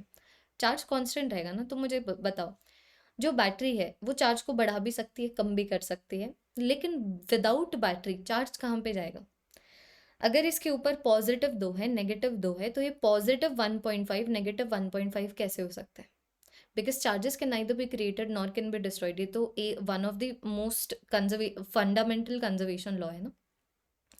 तो चार्ज कंजर्व्ड रहेगा अगर हम लोगों ने बैटरी को हटा दिया, क्योंकि बैटरी होती तो वो चार्ज को फिर भी बढ़ा सकता था, कम कर सकता था। यहाँ पर ऐसा कुछ नहीं होने वाला है। नेक्स्ट क्वेश्चन हमसे ये पूछा हुआ है कि इन दोनों प्लेट्स के बीच में what is the value of net capacitance. अब ऐसे क्वेश्चंस बहुत इंपॉर्टेंट है, ऐसे तुम लोग को पीवाईक्यूज भी देखने को मिल जाएंगे, और ऐसे मैं 2 क्वेश्चंस लेके आई हूँ, दोनों क्वेश्चंस को एक साथ करते हैं, ठीक है। पहले ये वाला क्वेश्चन करते हैं। तो अभी तुम लोग यहाँ पर देख पा रहे हो कि अगर मैं इस कॉम्बिनेशन की बात करूँ तो इस कॉम्बिनेशन के 2 हिस्से हैं। पहला तो ये हिस्सा है, इसके अंदर एक ऐसा स्लैब है जिसके डाइलेक्ट्रिक कांस्टेंट की वैल्यू है 1, और ये दूसरा हिस्सा है जिसके अंदर एक ऐसा मटेरियल है जिसके डाइलेक्ट्रिक कांस्टेंट की वैल्यू है 2। और तुम लोग देख पा रहे हो ये दोनों सीरीज में है। तो अगर मानो ये कैपेसिटेंस C1 है और ये कैपेसिटेंस C2 है, सो I can say 1/C net can be written is equal to 1/C1 plus 1/C2। That is it. ये तुम्हारा अप्रोच है कि दोनों सीरीज में है, कर दिया। अब मुझे C1 C2 की सब्सटीट्यूशन आनी चाहिए और मुझे C नेट की भी सब्सटीट्यूशन आनी चाहिए। तो मैं यहाँ पर क्या कर रही हूँ ना, मानो अगर बच्चों ये वाले एरिया की वैल्यू A है और ये वाले डिस्टेंस की वैल्यू D है, तो मैंने C नॉट को डिफाइन कर देना है which is equal to epsilon not A/D, ताकि जो मैं सब्सटीट्यूशन करूँ वो इतने भयंकर ना लगे। इसका मतलब क्या देखना, अभी सब्सटीट्यूशन करती हूँ। मानो अगर मैं C1 की बात करूँ तो डाइलेक्ट्रिक कांस्टेंट 1 है, ये मेरे पास आ गया एप्सिलॉन नॉट, एरिया A है, ये वाली वैल्यू आ गई मेरे पास D/2। तो ये बना मेरे पास 2 epsilon not A/D which can be written is equal to 2 times of C not. और उसी तरीके से अभी अगर मैं इसकी बात करूं तो डाइलेक्ट्रिक कांस्टेंट 2 है, ये आ गया एप्सिलॉन नॉट, एरिया A है, लेकिन जो इसकी विड्थ है it is equal to D/2, तो ये वाली वैल्यू बनी मेरे पास 4C नॉट। और उसी तरीके से अगर मैं नेट कैपेसिटेंस की बात करूं, so net capacitance is equal to net dielectric constant multiplied by epsilon naught multiplied by A/D, है ना। एक बार जरा सा देख लो। So this can also be written as equal to क्या, this can also be written as equal to K net multiplied by C naught, है ना। ये देखो क्योंकि सब C नॉट की फॉर्म में लिखे हुए हैं, तो यहाँ पर आ गया मेरे पास 1/2 C नॉट, यहाँ पर मेरे पास आ गया 1/4 C not. So 1/K net is equal to 1/2 plus 1/4। K net की वैल्यू को निकाल लो, ऑप्शन नंबर डी आ जाएगा। देखो एक बार मेरे पास आया ना, 1/K net is equal to 1/2 plus 1/4। It can also be written is equal to 3/4। तो K नेट की वैल्यू मेरे पास आ गई कितनी, 4/3। सो नेट कैपेसिटेंस की वैल्यू आ गई K net multiplied by epsilon not A/D। तो कौन सा बन रहा है, ऑप्शन नंबर डी ही बन रहा है। Option number D gives you the correct option. एक और क्वेश्चन ऐसा देखना, अब के बाद मेरे पास ये कॉम्बिनेशन है। So these are the plates of the capacitor. एक प्लेट मेरे पास ये है, दूसरी प्लेट मेरे पास ये है। तो ये वाले जो प्लेट की एरिया है वो वाली वैल्यू है A, और इन दोनों प्लेट्स के बीच में जो डिस्टेंस है वो वाली वैल्यू है D। अब यहाँ पर मुझसे क्या पूछा हुआ है, अभी मुझसे यहाँ पर नेट डाइलेक्ट्रिक कांस्टेंट की वैल्यू पूछी हुई है कि मानो if a single dielectric material is to be use to have the same capacitance, तो बताओ उसकी डाइलेक्ट्रिक कांस्टेंट की वैल्यू कितनी होनी चाहिए। इसका मतलब अगर मानो मैं इन 3 डाइलेक्ट्रिक्स की जगह एक डाइलेक्ट्रिक स्लैब को अगर मैं इंसर्ट करूँ सच दैट मुझे सेम कैपेसिटेंस मिले, तो उसकी डाइलेक्ट्रिक कांस्टेंट की वैल्यू कितनी है, मतलब साफ साफ के नेट की वैल्यू पूछी हुई है।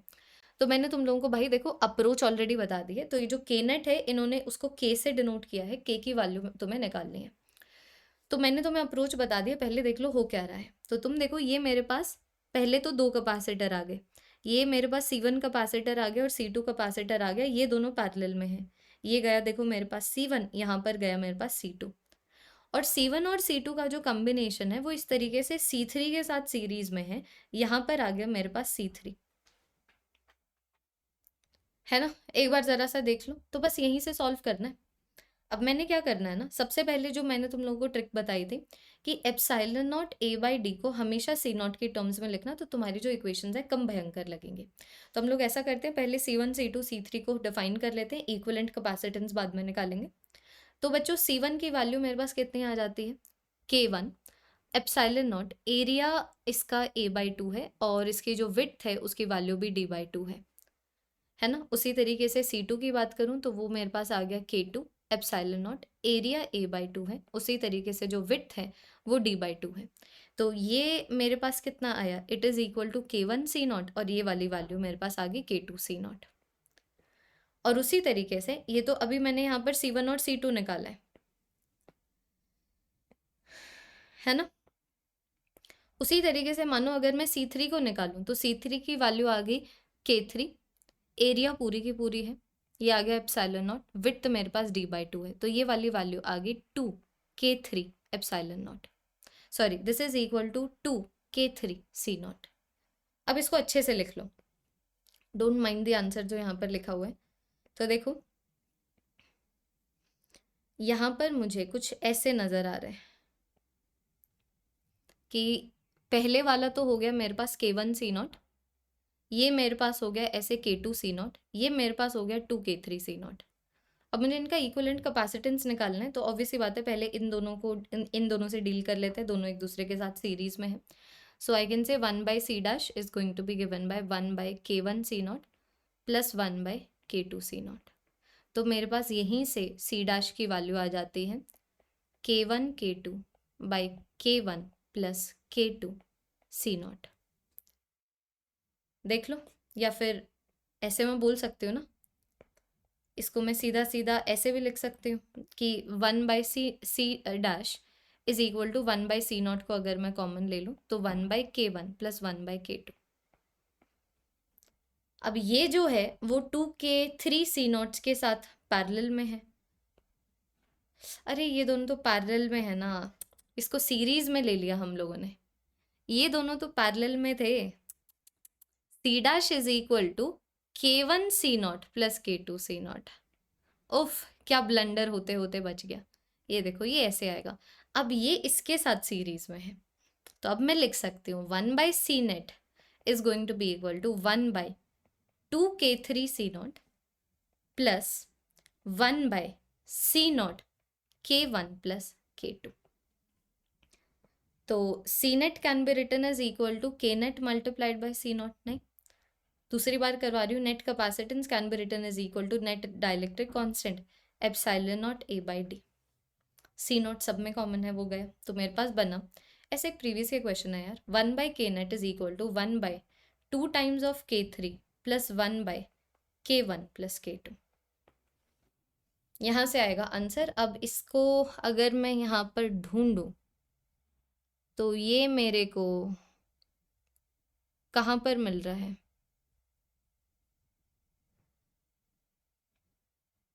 ये देखो ना, ये रहा 1/K is equal to 1/K1 plus K2 plus 1/2 times of K3, ऐसे।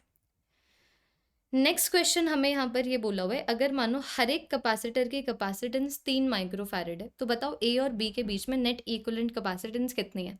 तो देखो ऐसा कभी भी क्वेश्चन आया ना, तो तुम प्लेट्स के ऊपर ध्यान दो कि जैसे कि मानो ये जो प्लेट है वो ए के पोटेंशियल पे है, मतलब अभी जो मैं ब्लू में ड्रॉ कर रही हूँ सारे के सारे ए के पोटेंशियल पे हैं।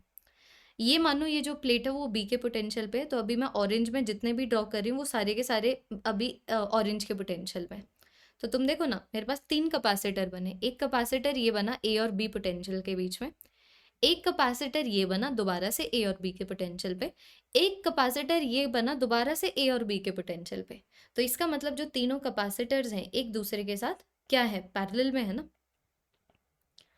तो हर एक कैपेसिटर की कैपेसिटेंस अगर 3 माइक्रोफैरेड है तो नेट कैपेसिटेंस मेरे पास यहाँ पर कितनी बनी, 3 टाइम्स ऑफ 3 माइक्रोफैरेड, सिंस ये सब एक दूसरे के साथ सीरीज कॉम्बिनेशन में है।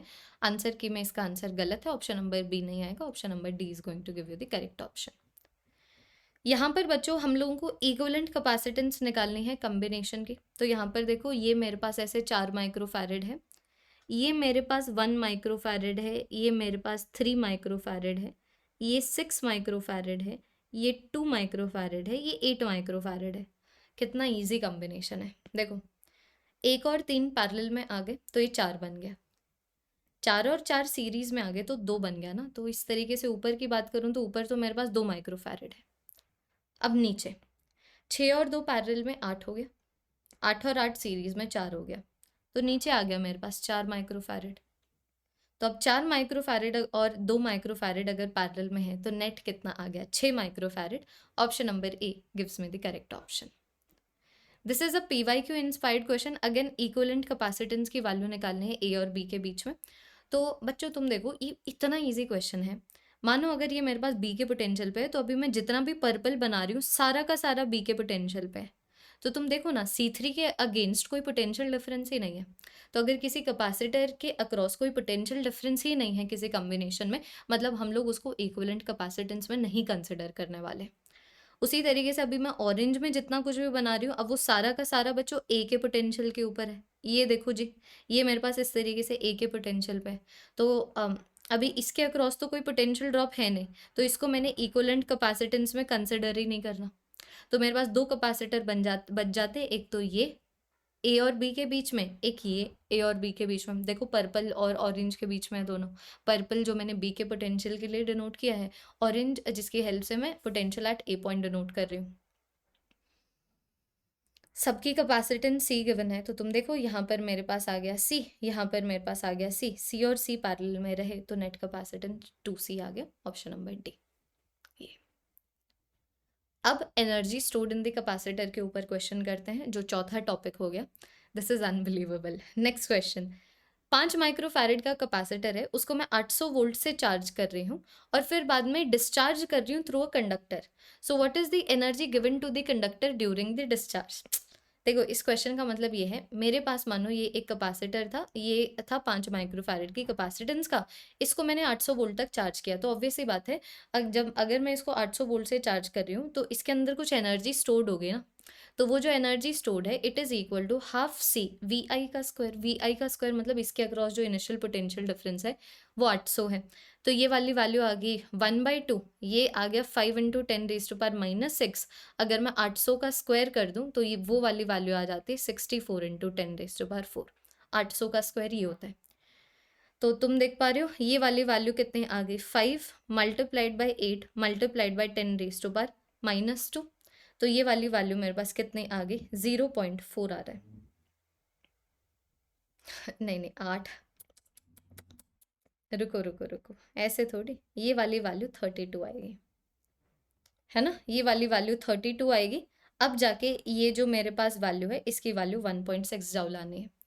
तो इनिशियली तो ऐसा था, फिर बाद में हम लोगों ने क्या किया ना, इस कैपेसिटर को हम लोगों ने डिस्चार्ज कर दिया। मतलब आई कैन से कि जो फाइनल पोटेंशियल इसके एंड्स के अक्रॉस है 0 है।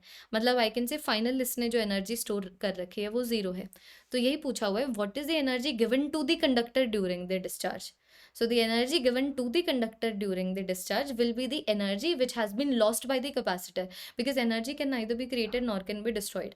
मेरे पास कैपेसिटर था, उसके ऊपर इनिशियली एनर्जी इतनी थी, मैंने उसको एक कंडक्टर से कनेक्ट अगर किया है तो ऑब्वियसली बात है कैपेसिटर की जितनी एनर्जी कम हो रही है वो उतनी कंडक्टर को दे रहा है। तो कैपेसिटर की तो एनर्जी 1.6 से लेके 0 तक आ गई, तो कैपेसिटर की तो 1.6 एनर्जी, 1.6 जूल की एनर्जी गई।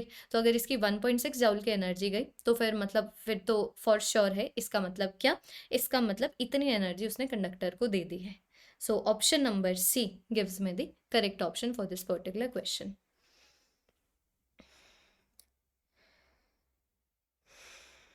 देखो, the quantities that will increase when a dielectric slab is introduced between the plates of the capacitor without disconnecting the battery।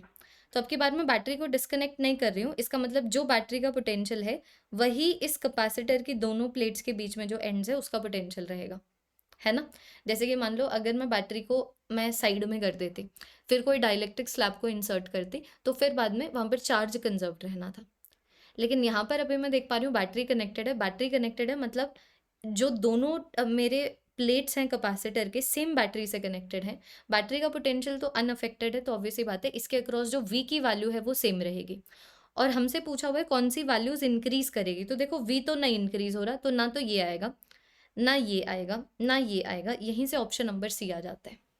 तो देखना यहाँ पर मैंने ऐसे डाइलेक्ट्रिक स्लैब को इंट्रोड्यूस किया, तो वी की वैल्यू सेम रहेगी, याद रखना। यहाँ पर कैपेसिटेंस की वैल्यू बढ़ जाएगी के की वैल्यू से, कि ये जो मैंने डाइलेक्ट्रिक स्लैब को इंट्रोड्यूस किया है, अगर उसके डाइलेक्ट्रिक कांस्टेंट की वैल्यू के है मतलब उसकी कैपेबिलिटी ऑफ स्टोरिंग चार्ज के टाइम्स ज़्यादा है ना। तो अभी वो जो चार्ज जो स्टोर कर रहा है के टाइम्स ज़्यादा है, तो उसकी कैपेसिटेंस के टाइम्स बढ़ गई, क्योंकि Q is equal to C V, V constant रहा, Q की वैल्यू के फैक्टर से बढ़ गई, तो कैपेसिटेंस की वैल्यू भी के से बढ़ गई। उसी तरीके से अगर मैं एनर्जी स्टोर्ड की बात करूं तो energy stored is equal to half C V square. V की वैल्यू सेम रही, कैपेसिटेंस की वैल्यू अगर के से बढ़ जाती है तो ये जो पोटेंशियल एनर्जी है उसकी वैल्यू भी के से बढ़ जाएगी। एक बार ज़रा सा देखिए, अरे यहाँ पर एनर्जी थोड़ी सेम रहेगा। अच्छा, कौन सी क्वांटिटीज इंक्रीज, ओके ओके, मैं चकाचौंध रह गई। ये भी इंक्रीज हो रहा है, ये भी इंक्रीज हो रहा है, definitely option number C gives me the correct option. Next question, PYQ inspired question. Capacitor को हमने चार्ज किया ताकि वो यू की एनर्जी को स्टोर करे, ठीक है। अब मैंने उसको फिर बाद में क्या किया, बैटरी के साथ बैटरी से डिस्कनेक्ट कर दिया, और फिर बाद में मैं एक आइडेंटिकल कैपेसिटर को उससे कनेक्ट कर देती हूँ पैरेलल में। तो अब बताओ दोनों के ऊपर कितनी एनर्जी है। मुझे एक बात बताओ, ये सी का कैपेसिटर है, मानो इसके ऊपर क्यू का चार्ज है। अब अगर मैं इसको एक ऐसे कैपेसिटर से कनेक्ट करती हूँ जो बिल्कुल इक्वल नेचर का है, बिल्कुल सिमिलर नेचर का है, तो ऑब्वियस सी बात है Q/2 चार्ज ऊपर चला जाएगा, Q/2 चार्ज नीचे आ जाएगा। तो अभी ये वाली जो एनर्जी थी, पहले वाली जो एनर्जी थी, which can also be written is equal to Q²/2C, उसकी वैल्यू U है। यहाँ से लेके बच्चों जब मैं यहाँ तक आ रही हूँ ना, तो जो चार्ज है आधा हो रहा है, तो चार्ज आधा हो रहा है, तो एनर्जी 4 के फैक्टर से डिक्रीज करनी चाहिए। तो हमसे यही पूछा हुआ है, what is the energy in each of the capacitor. तो तुम देखो ना, there was another way in which we would have solve this question, कि इसके अक्रॉस पोटेंशियल डिफरेंस V है, तो इसके अक्रॉस जो मेरे पास कॉमन पोटेंशियल होगा उसकी वैल्यू V/2 हो जाएगी। लेकिन I don't want to go there. एक अप्रोच डिस्कस करते हैं, चार्ज से डायरेक्टली हो रहा है ना, कि अगर मेरे पास एक कैपेसिटर है, क्यू से मैंने चार्ज किया और उसको दूसरे कैपेसिटर, बिल्कुल सिमिलर कैपेसिटर से कनेक्ट किया, तो ऑब्वियसली बात है चार्ज इक्वली रीडिस्ट्रीब्यूट हो जाएंगे दोनों में। तो Q/2 ऊपर चला गया, Q/2 नीचे आ गया, तो मैंने सोचा क्यों ना फिर मैं एनर्जी को ही चार्ज की टर्म्स पे डिफाइन करूं। तो एनर्जी को चार्ज की टर्म्स पे ऐसे डिफाइन करते हैं, तो अगर Q चार्ज के लिए एनर्जी U है, तो अगर मानो ये वाला चार्ज आधा हो जाता है, तो जो एनर्जी है 1/4 हो गई। तो इसके ऊपर आ गया U/4 की एनर्जी, इसके ऊपर आ गया U/4 की एनर्जी। तो हमसे यही पूछा हुआ है कि अब हर कैपेसिटर के ऊपर कितनी एनर्जी है, दैट इज U/4। लेकिन मानो अगर तुमसे फाइनल एनर्जी पूछा जाता, कि मानो ये जो initial energy of the system है इट इज U, अगर मानो final energy of the system पूछा जाता तो ये आ जाता U/4 ऊपर के लिए, U/4 नीचे के लिए, giving me U/2 as the answer. But वो हमसे पूछा नहीं हुआ था, तो हम लोग उसके टर्म्स में आंसर भी नहीं देंगे। एक कैपेसिटर के लिए पूछा हुआ है, पूरे के पूरे कॉम्बिनेशन की एनर्जी नहीं पूछी हुई है। मेरे पास एक पैरेलल प्लेट कैपेसिटर है और मैंने उसके अंदर एक डाइलेक्ट्रिक कांस्टेंट को इंट्रोड्यूस किया। मैंने उसको एक मिनट रुको। A parallel plate capacitor with a dielectric constant K between the plates has a capacitance C and it is charge to potential V। Okay okay, तो पहले यहाँ पर बच्चों ये गिवन है कि इसकी जो नेट कैपेसिटेंस है, नेट कैपेसिटेंस की वैल्यू हो जाएगी के सी, क्योंकि जो मेरे पास कैपेसिटर है उसकी कैपेसिटेंस सी है, और मैंने अभी उसके अंदर एक डाइलेक्ट्रिक कांस्टेंट को इंट्रोड्यूस कर दिया, तो आई कैन से उसकी जो नेट कैपेसिटेंस है, ये देखो नेट कैपेसिटेंस की वैल्यू होगी के सी, उसके अक्रॉस जो पोटेंशियल डिफरेंस है उसकी वैल्यू है वी।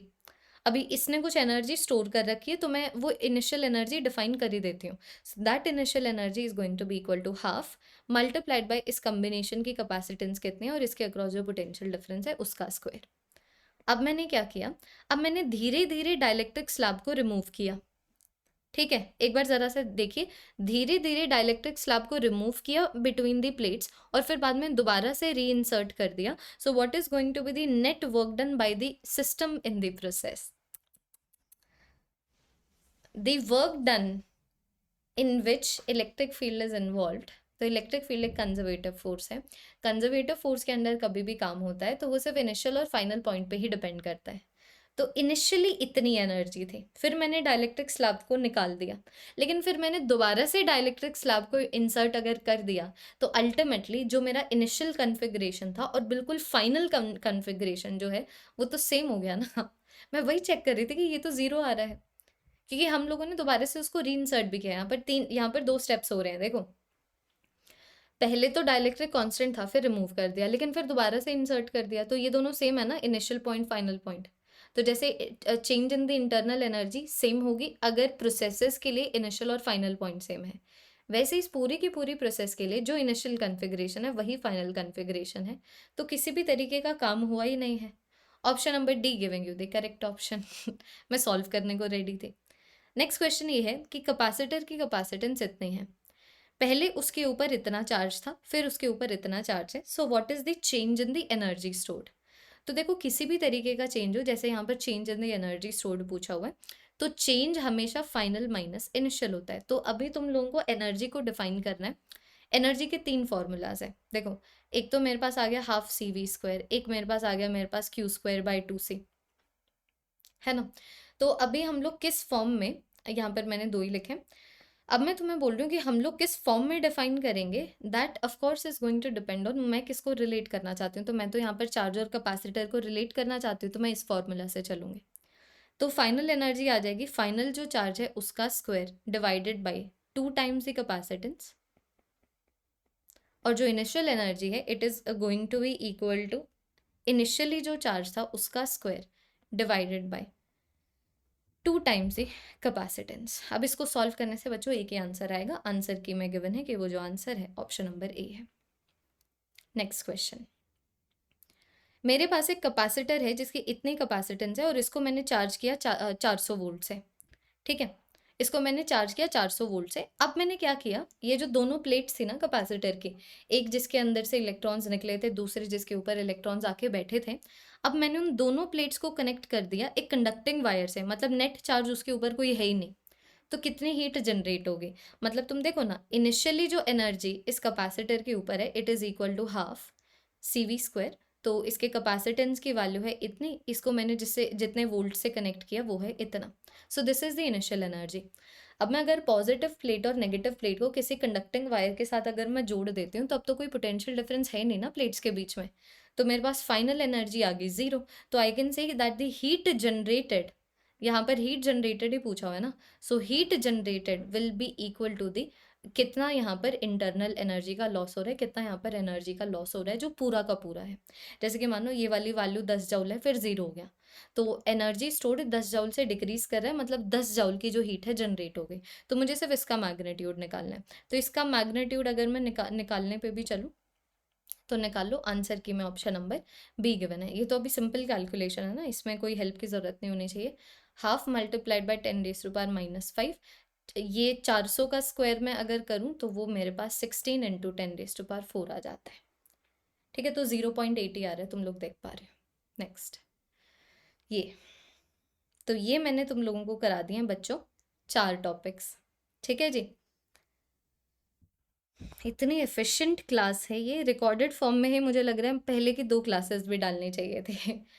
चलिए, अब नेक्स्ट मेरे पास मैग्नेटिक फिजिक्स का टॉपिक है जो हमारा 5वां टॉपिक आ गया। Let me rest my throat a little, इतने मैं यहाँ पर ये लिख देती हूँ एक, इसके ऊपर हम लोगों ने 7 क्वेश्चंस किए।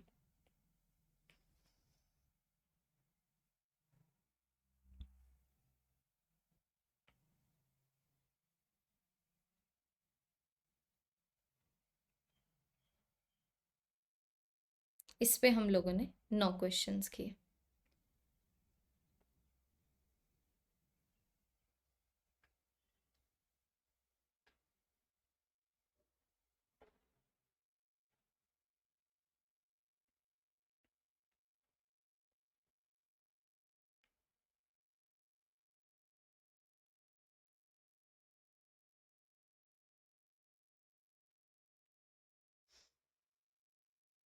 चलिए जी, इतने क्वेश्चंस हम लोगों ने कर लिए हैं।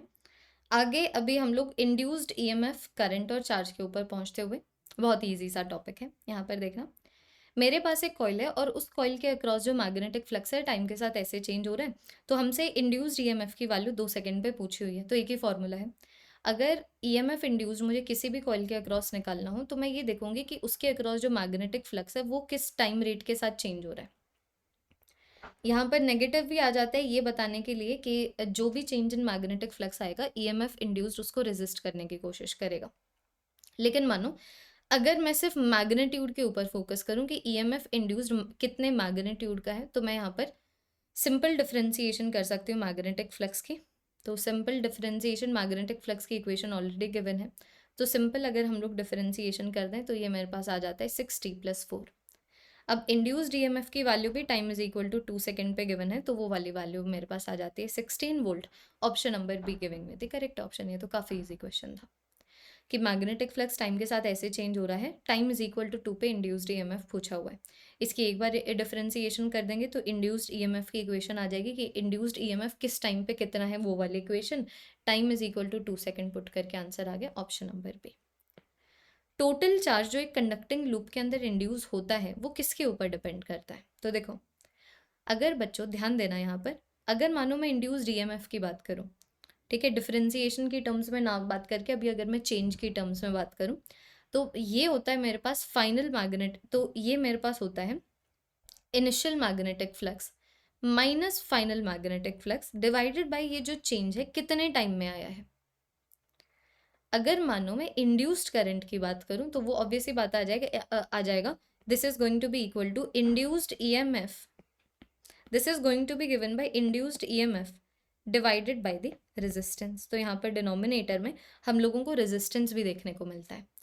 लेकिन अभी मानो अगर मैं इंड्यूस्ड चार्ज की बात करूं, टाइम पे डिपेंड ही नहीं करता है वो, कि तुम अगर मानो इनिशियल मैग्नेटिक फ्लक्स से लेके इतने फाइनल मैग्नेटिक फ्लक्स तक आ रहे हो एक ऐसे कॉइल में जिसके रेजिस्टेंस की वैल्यू आर है, तो चाहे तुम ये चेंज 1 सेकंड में लेके आओ, 2 सेकंड में, 3 सेकंड में, कोई फर्क नहीं पड़ेगा, इंड्यूस्ड चार्ज सब में सेम होगा।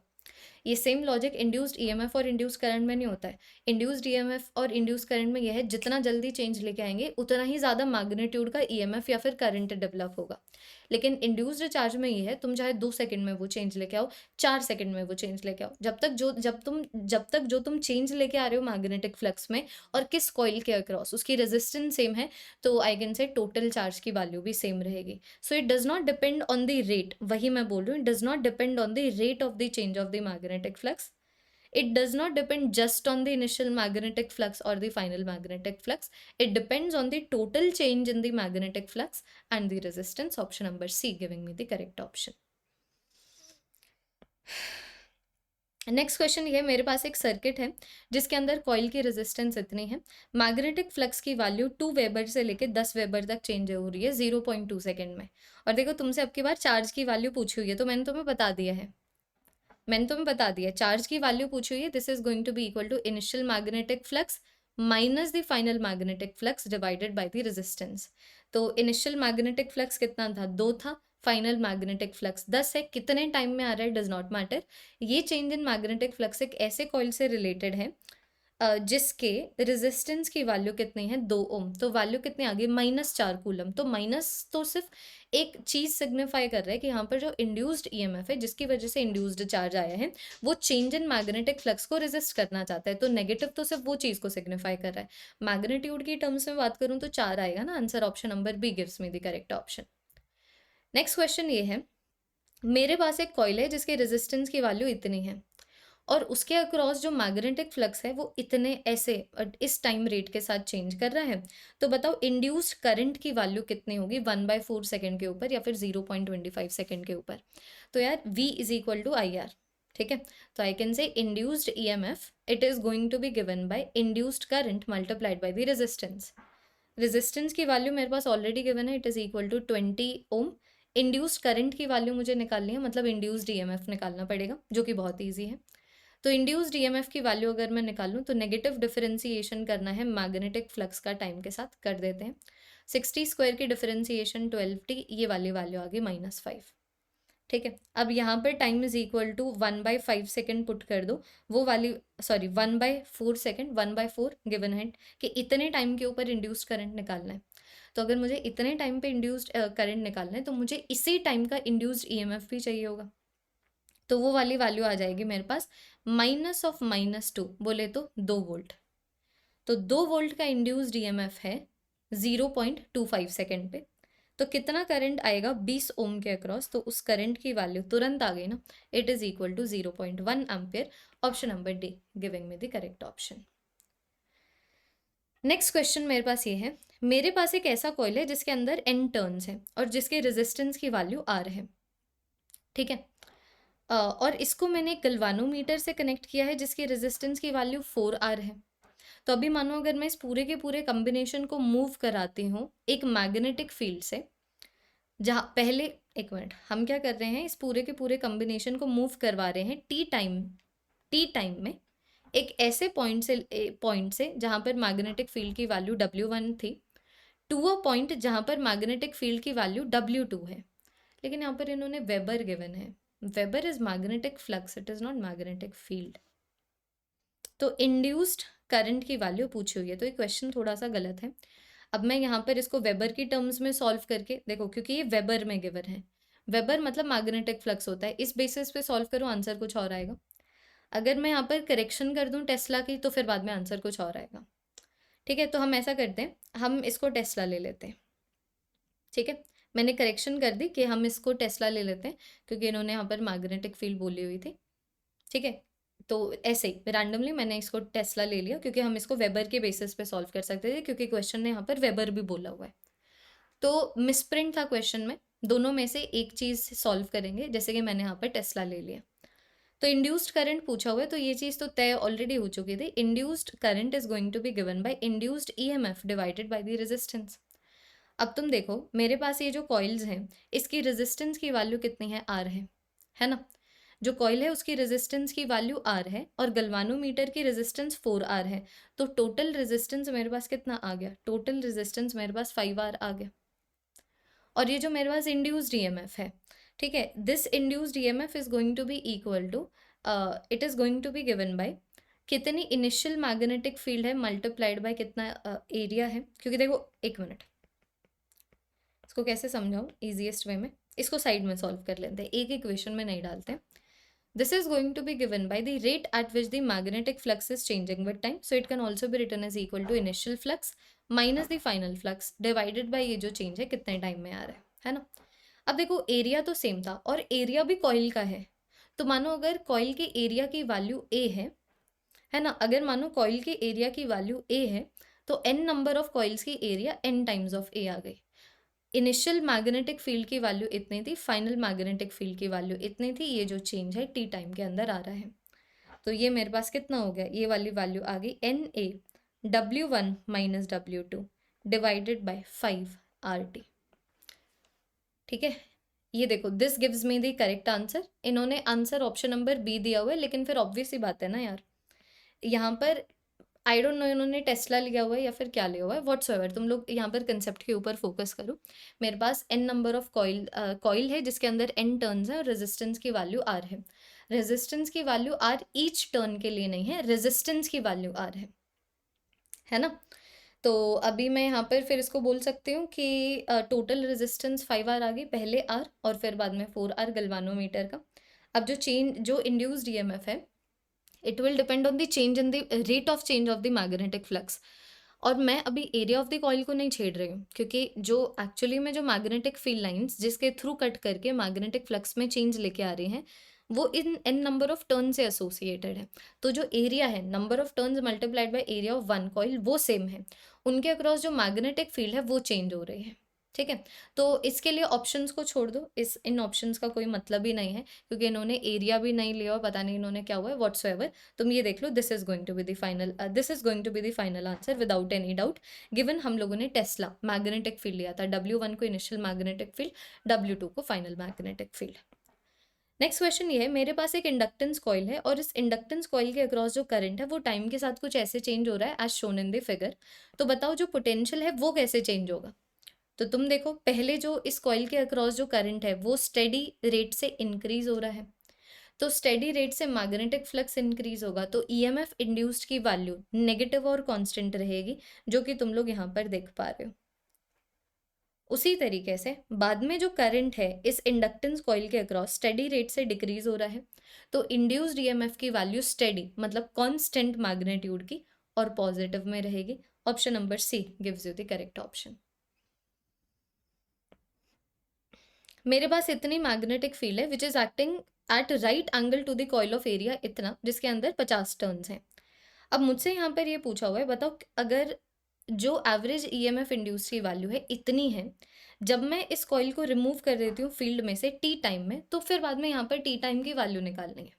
तो देखो भाई, बहुत टाइम से एक ही चीज़ के बारे में बात कर रहे हैं कि जो ईएमएफ इंड्यूस होगा, इट इज़, देखो इसको ऐसे लिखते हैं ना, it is the negative of the rate at which the magnetic flux changes with time, या फिर it is equal to negative of the change in the magnetic flux in T time divided by T time, और it can be written as equal to initial magnetic flux minus final magnetic flux with T time. तो मैं ये वाला formula इस्तेमाल करती हूँ जब मेरे पास इनिशियल और फाइनल वैल्यूज़ हो। ये वाला फॉर्मूला इस्तेमाल करती हूँ जब मेरे पास इक्वेशन हो कि मैग्नेटिक फ्लक्स टाइम के ऊपर कैसे डिपेंड कर रहा है, मैग्नेटिक फील्ड टाइम के ऊपर कैसे डिपेंड कर रही है। लेकिन अभी के लिए ये वाला फॉर्मूला काम कर जाएगा। तो सबसे पहले क्या हो रहा है, मैग्नेटिक फील्ड राइट एंगल पे लग रही है किसी एरिया पे, तो मैक्सिमम मैग्नेटिक फ्लक्स आएगा। तो इनिशियल मैग्नेटिक फ्लक्स आ गया कि भाई इतनी मैग्नेटिक फील्ड कट कर रही है 50 टर्न्स को, जहाँ पर हर एक टर्न का एरिया 100 सेंटीमीटर स्क्वायर है। 100 सेंटीमीटर स्क्वायर का मतलब 100 मल्टीप्लाइड बाई 10⁻² मीटर का स्क्वायर। तो ये वाली वैल्यू आ जाती है 10⁻² मीटर स्क्वायर। कन्वर्जन किया है 1 सेंटीमीटर 10⁻² मीटर होता है। फाइनल मैग्नेटिक फ्लक्स की बात करूं तो पहले ही कॉइल है, कॉइल का एरिया मैग्नेटिक फील्ड से परपेंडिकुलर है। अब मैंने इसको क्या किया, अब मैंने इस पूरे के पूरे कॉइल को मैग्नेटिक फील्ड से बाहर ही निकाल दिया।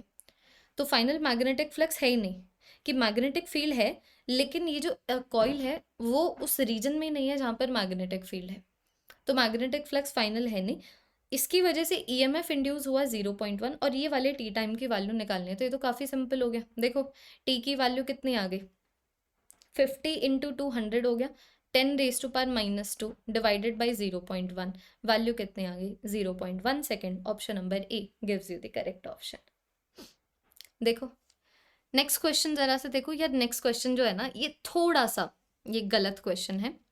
मेरे पास यहाँ पर एक हॉरिजॉन्टल लूप है, ठीक है, वो इस तरीके से मूव कर रहा है जैसे कि तुम लोग देख पा रहे हो। ये इसका प्लेन है, एक कांस्टेंट स्पीड के साथ मैं इसको क्या कर रही हूँ, पोल्स ऑफ द मैग्नेट के बीच में से निकाल रही हूँ, ठीक है।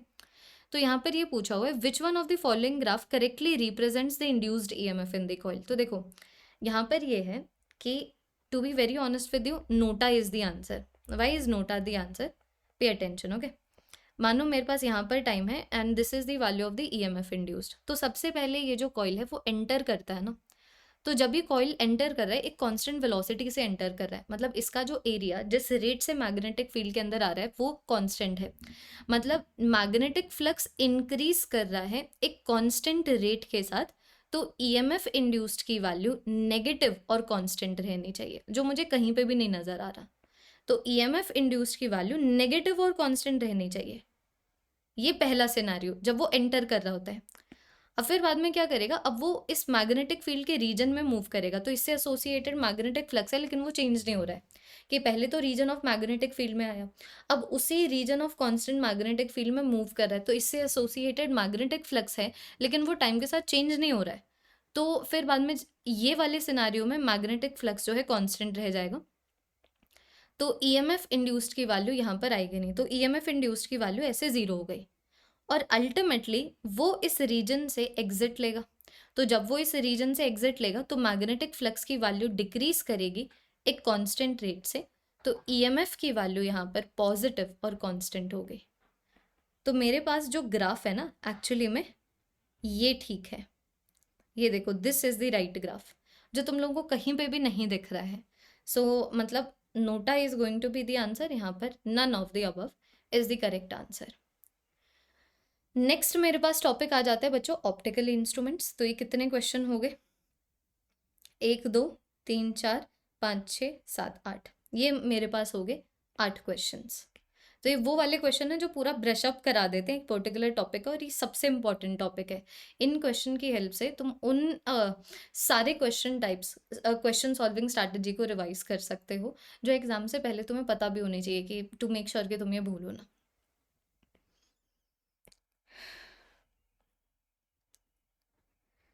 ओके, ऑप्टिकल इंस्ट्रूमेंट्स के ऊपर आते हुए यहाँ पर बोला हुआ है कि अगर मानो कंपाउंड माइक्रोस्कोप में IO is the image made by the objective lens and IE is the image made by the eye lens, तो दोनों के नेचर के ऊपर कमेंट करो। तो देखो ये मानो मेरे पास ऑब्जेक्टिव लेंस है और ये मेरे पास आई लेंस है। तो ऑब्जेक्ट के आगे अगर मानो, ऑब्जेक्टिव लेंस के आगे मानो अगर इस तरीके से ऑब्जेक्ट है तो वो उसकी रियल इमेज बनाता है ना। ये देखो वो उसकी इस तरीके से रियल इमेज बनाएगा, ऑब्जेक्टिव ने रियल इमेज बना दी। और फिर बाद में ये जो मेरा आई लेंस है वो क्या करता है, इसको ऑब्जेक्ट की तरह ट्रीट करके इसकी वर्चुअल इमेज बनाता है। तो जो इमेज ऑब्जेक्टिव लेंस बना रहा है वो रियल है क्योंकि उसके दूसरी साइड है। जो इमेज आई लेंस बना रहा है वो वर्चुअल है क्योंकि ऑब्जेक्ट की, उसके लिए जो ऑब्जेक्ट है वो उसी की साइड है। सो IO is real, IE is virtual. Option number be giving me the correct option. बताओ कितना मैग्निफिकेशन एक कॉन्वेक्स लेंस प्रोड्यूस कर सकता है जिसकी फोकल लेंथ की वैल्यू इतनी है और least distance of distinct vision की वैल्यू इतनी है। तो देखो ये सिर्फ सिंपल माइक्रोस्कोप के केस में होता है, सिंपल माइक्रोस्कोप ही कॉन्वेक्स लेंस है, ठीक है। तो सिंपल माइक्रोस्कोप की सिनारियो की बात करूं तो मैक्सिमम मैग्निफिकेशन हम लोगों को मिलता है जब इमेज बनती है least distance of distinct vision के ऊपर, और मिनिमम मैग्निफिकेशन मुझे मिलता है जब इमेज बनती है इन्फिनिटी के ऊपर। तो अभी मुझसे मैक्सिमम मैग्निफिकेशन पूछा हुआ है, तो देखो magnification of the simple microscope का फॉर्मूला कितना है, it is equal to D by F E plus D by V E, यही फॉर्मूला है ना। तो अभी मैं यहाँ पर बोल सकती हूँ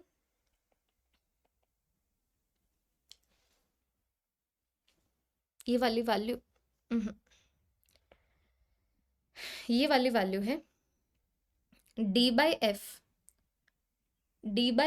plus D by V, this is the formula है ना। तो अभी मानो अगर मैं least distance of distinct vision के ऊपर अगर इमेज बना दूं तो मेरे पास आ जाता है D by F plus D by D which is equal to D by F plus one. तो अभी सब्सटीट्यूट कर दो, ये आ गया 25 सेंटीमीटर, फोकल लेंथ की वैल्यू 2.5 सेंटीमीटर है, प्लस वन, 10 प्लस वन की वैल्यू 11 आ गई। Option number D giving you the correct option. Length of the compound microscope इतना है, मैग्नीफाइंग पावर रिलैक्स्ड आई के लिए इतनी है। तो मैग्नीफाइंग पावर रिलैक्स्ड आई के लिए का मतलब जब इमेज इन्फिनिटी के ऊपर बनती है वो वाली मैग्निफिकेशन 25 गिवन है। तो अभी यहाँ पर ये बोला हुआ है कि मानो अगर फोकल लेंथ आई लेंस के लिए इतना है then what should be the object distance for the objective lens equal to. तो पहले एक बार जरा सा कमेंट करते हैं मैग्निफिकेशन कंपाउंड माइक्रोस्कोप का होता क्या है। तो वो वाली वैल्यू निकल के आती है V not by U not multiplied by D by F E plus one by V E plus D by V E, this is the formula that we get for the magnification of the compound microscope. तो अभी इन्होंने क्या बोला हुआ है कि जो image है वो बनी है कहाँ पर, रिलैक्स्ड आई के ऊपर। तो जब इमेज इस तरीके से इन्फिनिटी के ऊपर बनेगी तो मैग्निफिकेशन कंपाउंड माइक्रोस्कोप के लिए इन्होंने बोला है 25 आ रहा है which is equal to V not by U not multiplied by D by F E. तो अब ज़रा सा देखते हैं इनमें से कौन सी चीज़ें गिवन है, कौन सी चीज़ें हमें पता है और कौन सी चीज़ हमें नहीं पता है। तो हमें डी की वैल्यू पता है, इट इज़ इक्वल टू कितना, डी की वैल्यू होगी मेरे पास 25 centimetre. Focal length of the islands की वैल्यू भी मेरे पास 5 सेंटीमीटर गिवन है, ठीक है। मुझे ये वाली वैल्यू निकालनी है, तो इससे एक चीज़ तो तय है कि अगर मानो मुझे ये वाली वैल्यू निकालनी है तो अब मुझे सिर्फ और सिर्फ वी नॉट की वैल्यू चाहिए। तो मैंने सोचा कि यार अगर मुझे वी नॉट की वैल्यू चाहिए है ना, तो वी नॉट की वैल्यू चाहिए, तो हम लोग फिर बाद में क्या करें, हम लोग ऐसे कर लें, देखो ना, V not by U not की वैल्यू निकाल लेते हैं। तो V not by U not की वैल्यू आ जाती है 25/5 विच इज इक्वल टू 5, है ना। तो मेरे पास ना वी नॉट की value 5 times of U naught आ गई only in the terms of magnitude, ये सब मैग्नीट्यूड के टर्म्स हैं। अब तुम लोग सोच रहे हो कि आपने ऐसा क्यों किया, द रीज़न बीइंग कि अगर मुझे मानो यू नॉट निकालना है तो वो ऑब्वियस सी बात है, मैं क्या करूँगी, ऑब्जेक्टिव लेंस के ऊपर थिन लेंस फॉर्मूला लगाऊंगी, that 1/f0 can be written as equal to 1/u0, it can be written by 1/v0 minus 1/u0, ऐसे ही होगा ना, ऐसे ही होगा। अच्छा, यहाँ पर एक और चीज़ गिवन है, length of the compound microscope. तो जब इमेज इन्फिनिटी के ऊपर बनती है length is given by V naught plus F E. ओ तेरी, ये तो ये डायरेक्ट सॉल्व हो गया, यहाँ तक तो जाने की ज़रूरत ही नहीं थी, है ना। पूरा क्वेश्चन को हमने पढ़ा ही नहीं, length of the compound microscope given है ना। ये देखो ऑब्जेक्टिव लेंस है, ये मेरे पास आई लेंस है, ये प्रिंसिपल एक्सेस है। अब यहाँ पर इस ऑब्जेक्टिव लेंस के लिए ऑब्जेक्ट यहाँ पर था, उसने इमेज यहाँ पर बना दी। अब ये जो एक ऑब्जेक्ट की तरह काम करेगा आई लेंस के लिए, और ये जो फाइनल इमेज है ऐसे इन्फिनिटी पे बना देगा। अब फाइनल इमेज ये इन्फिनिटी पे तभी बनाएगा ना जब ये वाली value focal length of the eye lens हो। तो ये focal length of the eye lens है, ये image distance of the objective lens है, तो ये वाली वैल्यू कितनी होगी, एफ ई का मैग्नीट्यूड प्लस वी ओ का मैग्नीट्यूड। तो ये तो यहीं से आ जाएगा, देखो 14 centimetre is equal to V not जो कि मैं निकालना चाह रही हूँ प्लस एफ ई जिसकी वैल्यू 5 सेंटीमीटर गिवन है। तो वी नॉट की वैल्यू आ गई 9 सेंटीमीटर, तो ये गया मेरे पास 9, आंसर ही आ गया। देखो मेरे पास आया 25/5 is going to be given by 9/u0। तो मेरे पास u0 की वैल्यू कितनी आ गई, 9/5, 9/5 कितना आ गया, 1.8 centimetre. Option number A gives me the correct option. ठीक है, ये देखो इस तरीके से हम लोगों ने सॉल्व कर लिया। नेक्स्ट क्वेश्चन के ऊपर चलते हुए, जो focal length of the objective lens है माइक्रोस्कोप के केस में, तो उसकी वैल्यू कम होती है या फिर छोटी होती है focal length of the eye lens से। तो ये चीज़ याद रखना, कम होती है, ऑप्शन नंबर बी, कि जो focal length of the objective lens है, तो focal length of the objective lens जो focal length of the objective lens eye lens से कम होता है माइक्रोस्कोप में, कंपाउंड माइक्रोस्कोप में, और ये वाली वैल्यू बड़ी होती है आई लेंस के फोकल लेंथ से टेलीस्कोप में, याद रखना। अगर मानो लेंथ ऑफ द टेलीस्कोप इतना है तो दोनों लेंस की फोकल लेंथ कितनी होनी चाहिए। अभी देखो, कभी भी ऐसा क्वेश्चन अगर दिया जाए ना, तो तुम लोग अज्यूम कर सकते हो कि जो फाइनल इमेज है इन्फिनिटी के ऊपर बनी है, ये अज्यूम करो कि जो फाइनल इमेज है इन्फिनिटी पे बनी है। तो ऐसे केस में जो लेंथ ऑफ द टेलीस्कोप है ना, it is given by FO plus FE, और ये वाले केस में जो मैग्निफिकेशन है टेलीस्कोप का, it is given by FO by FE। तो तुम देखो कहाँ पर दोनों को प्लस करने से 36 की वैल्यू आ रही है। ये तो क्वेश्चन ही इनकम्प्लीट हो गया। ना ना ना ना, ओ ओके, ये कितना इजी क्वेश्चन है। दोनों कॉन्वेक्स लेंस है ना, देखो दोनों कॉन्वेक्स लेंस है, दोनों की फोकल लेंथ पॉजिटिव ही होगी। तो तुम देख पा रहे हो कि अगर length of the telescope 36 centimetre है, मतलब magnitude of the focal length of the objective lens and magnitude of the focal length of the eye lens should be 36।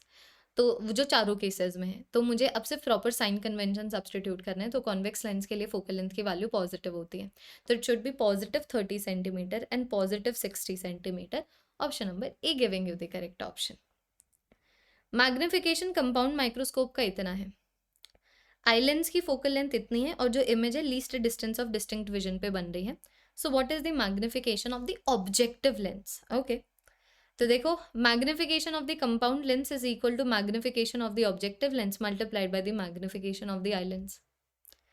Main formula तो यही है, फिर आगे ये मॉडिफाई होके ऐसे बनता है, magnification of the objective lens is V0 by U0, और ये वाली वैल्यू बन जाती है D by FE plus D by VE।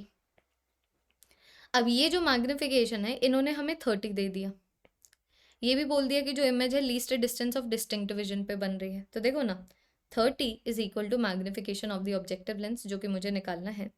यहाँ पर मेरे पास आ गया 25 सेंटीमीटर बाय 5 सेंटीमीटर प्लस 1, तो magnification of the objective lens की वैल्यू आ गई 5। देखो ना, 30 is equal to magnification of the objective lens multiplied by 6, तो magnification of the objective lens की वैल्यू आ गई 5। तो हमेशा डिफाइन करना शुरू करो, आंसर वहीं से आ जाएगा। मैग्नीफाइंग पावर टेलीस्कोप की कब ज़्यादा होगी, तो एक बार इन्फिनिटी के ऊपर डिफाइन करूँ तो वो हो जाता है FO बाई FE। तो मैग्निफिकेशन टेलीस्कोप, सिर्फ अभी मैग्निफिकेशन की बात कर रहे हैं, रिजॉल्विंग पावर की नहीं बात कर रहे हैं। तो मैग्निफिकेशन एक टेलीस्कोप की तब ज़्यादा होगी जब या तो उसकी ऑब्जेक्टिव लेंस की फोकल लेंथ ज़्यादा हो या फिर आई लेंस की फोकल लेंथ कम हो। So objective should have large focal length and the eye lens must have a short focal length. Option number C. मेरे पास एक एस्ट्रोनॉमिकल टेलीस्कोप है जिसकी मैग्नीफाइंग पावर इतनी है और जो focal length of the eye lens इतना है, तो बताओ focal length of the objective lens कितना होगा। तो कभी भी ना गिवन हो कि जो इमेज है टेलीस्कोप कहाँ पर बना रहे, जैसे हम लोगों ने एक ऑलरेडी इसके ऊपर ऐसा क्वेश्चन कर चुके हैं जहाँ पर दिया नहीं होता कि जो फाइनल इमेज है इन्फिनिटी के ऊपर बन रही है या कहाँ पर बन रही है, least distance of distinct vision के ऊपर बन रही है, कहाँ पर बन रही है। तो हम लोग हमेशा अज्यूम करेंगे कि जो हमारी इमेज है इन्फिनिटी के ऊपर बन रही है। तो ऐसे केस में magnification of the telescope is FO by FE। Magnification 10 given है, ऑब्जेक्टिव लेंस की फोकल लेंथ निकालनी है, लेंस की इतनी है, आई लेंस की इतनी है, तो ये वाली वैल्यू आ गई। Option number C. Magnifying power एक टेलीस्कोप का किसके ऊपर डिपेंड करता है, तो ये सिर्फ और सिर्फ बच्चों उसकी फोकल लेंथ के ऊपर डिपेंड करता है ना। तुमसे रिजॉल्विंग पावर ने पूछा हुआ, इसके ऊपर एक प्रीवियस ईयर क्वेश्चन है कि मानो अगर मैं एक टेलीस्कोप के रिजॉल्विंग पावर को बढ़ाना चाहती हूँ, तो मैं उसके ऑब्जेक्टिव लेंस के अपर्चर को बड़ा कर दूंगी ताकि ज़्यादा लाइट रेज उस ऑब्जेक्टिव लेंस के ऊपर गिर के ज़्यादा लाइट रेज पार्टिसिपेट करें इमेज फॉर्मेशन में, उतनी ही ब्राइट उतनी ही क्लियर मुझे इमेज मिले, फाइनल इमेज बने। तो वो रिजॉल्विंग पावर होता है। यहाँ पर मैग्नीफाइंग पावर की बात की हुई है, तो मैग्नीफाइंग पावर को बढ़ाने के लिए सिर्फ और सिर्फ हम लोग फोकल लेंथ से खेल सकते हैं। ऑब्जेक्टिव लेंथ की फोकल लेंथ को बढ़ा दो, आई लेंस की फोकल लेंथ को कम कर दो। So option number C gives me the correct option. अब ये अपर्चर पे है कि मानो ये जो ऑब्जेक्टिव लेंस है उसके अपर्चर को बड़ा क्यों रखा जाता है टेलीस्कोप में, ताकि ज़्यादा लाइट रेज पार्टिसिपेट कर सके इमेज फॉर्मेशन में, और जो इमेज है हाईली रिजॉल्व, एक क्लियर इमेज हम लोगों को नजर आए। सो ये इसीलिए है ताकि हम लोग टेलीस्कोप के रिजॉल्विंग पावर को बढ़ा सकें। ये हो गया बच्चों ऑप्टिकल इंस्ट्रूमेंट्स। अब मेरे पास आ जाता है next topic, PN junction and diodes. 1 2 3 4 5 6 7 8 9 10। तो इसके ऊपर जी हम लोगों ने कर लिए 10 क्वेश्चन।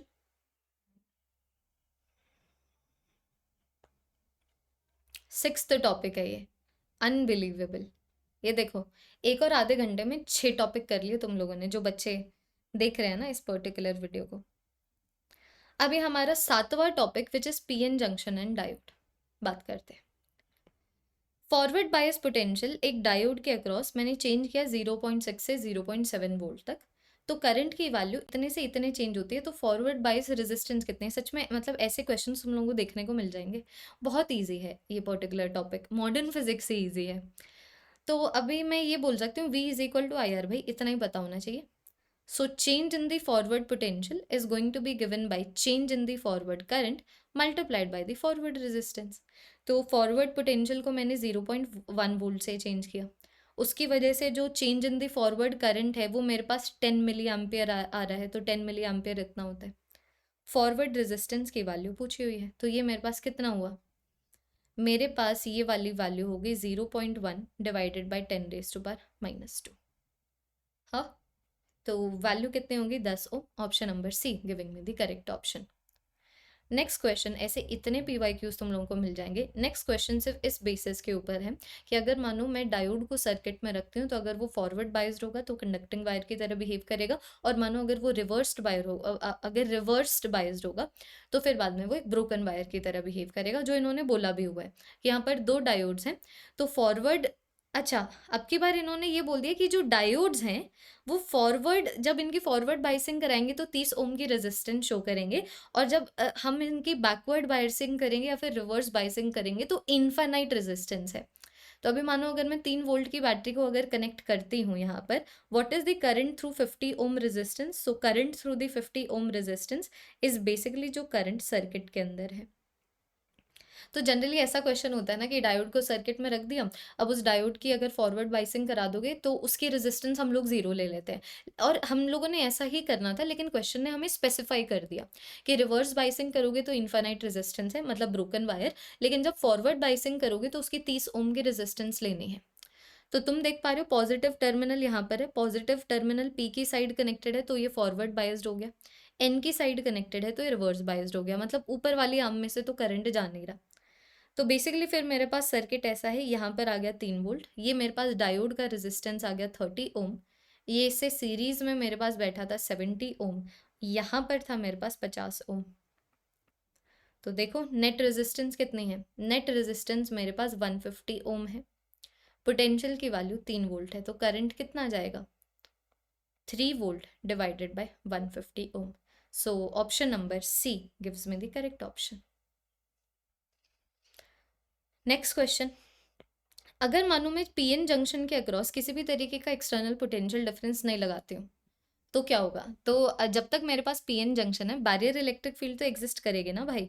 ये देखो, ये मेरे पास मानो ये पी की साइड है, ये मेरे पास एन की साइड है, यहाँ पर बैठे हैं नेगेटिवली चार्ज्ड डोपेंट एटम्स, यहाँ पर बैठे हैं पॉजिटिवली चार्ज्ड डोपेंट एटम्स, तो यहाँ पर पॉजिटिव साइड, यहाँ पर नेगेटिव साइड, तो बैरियर इलेक्ट्रिक फील्ड तो एग्जिस्ट करेगी ही करेगी।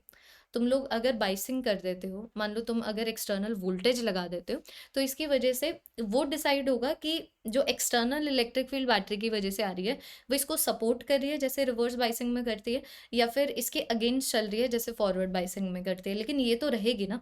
सो electric field will exist pointing from the N side to the p side across the junction. Option number B gives me the correct option.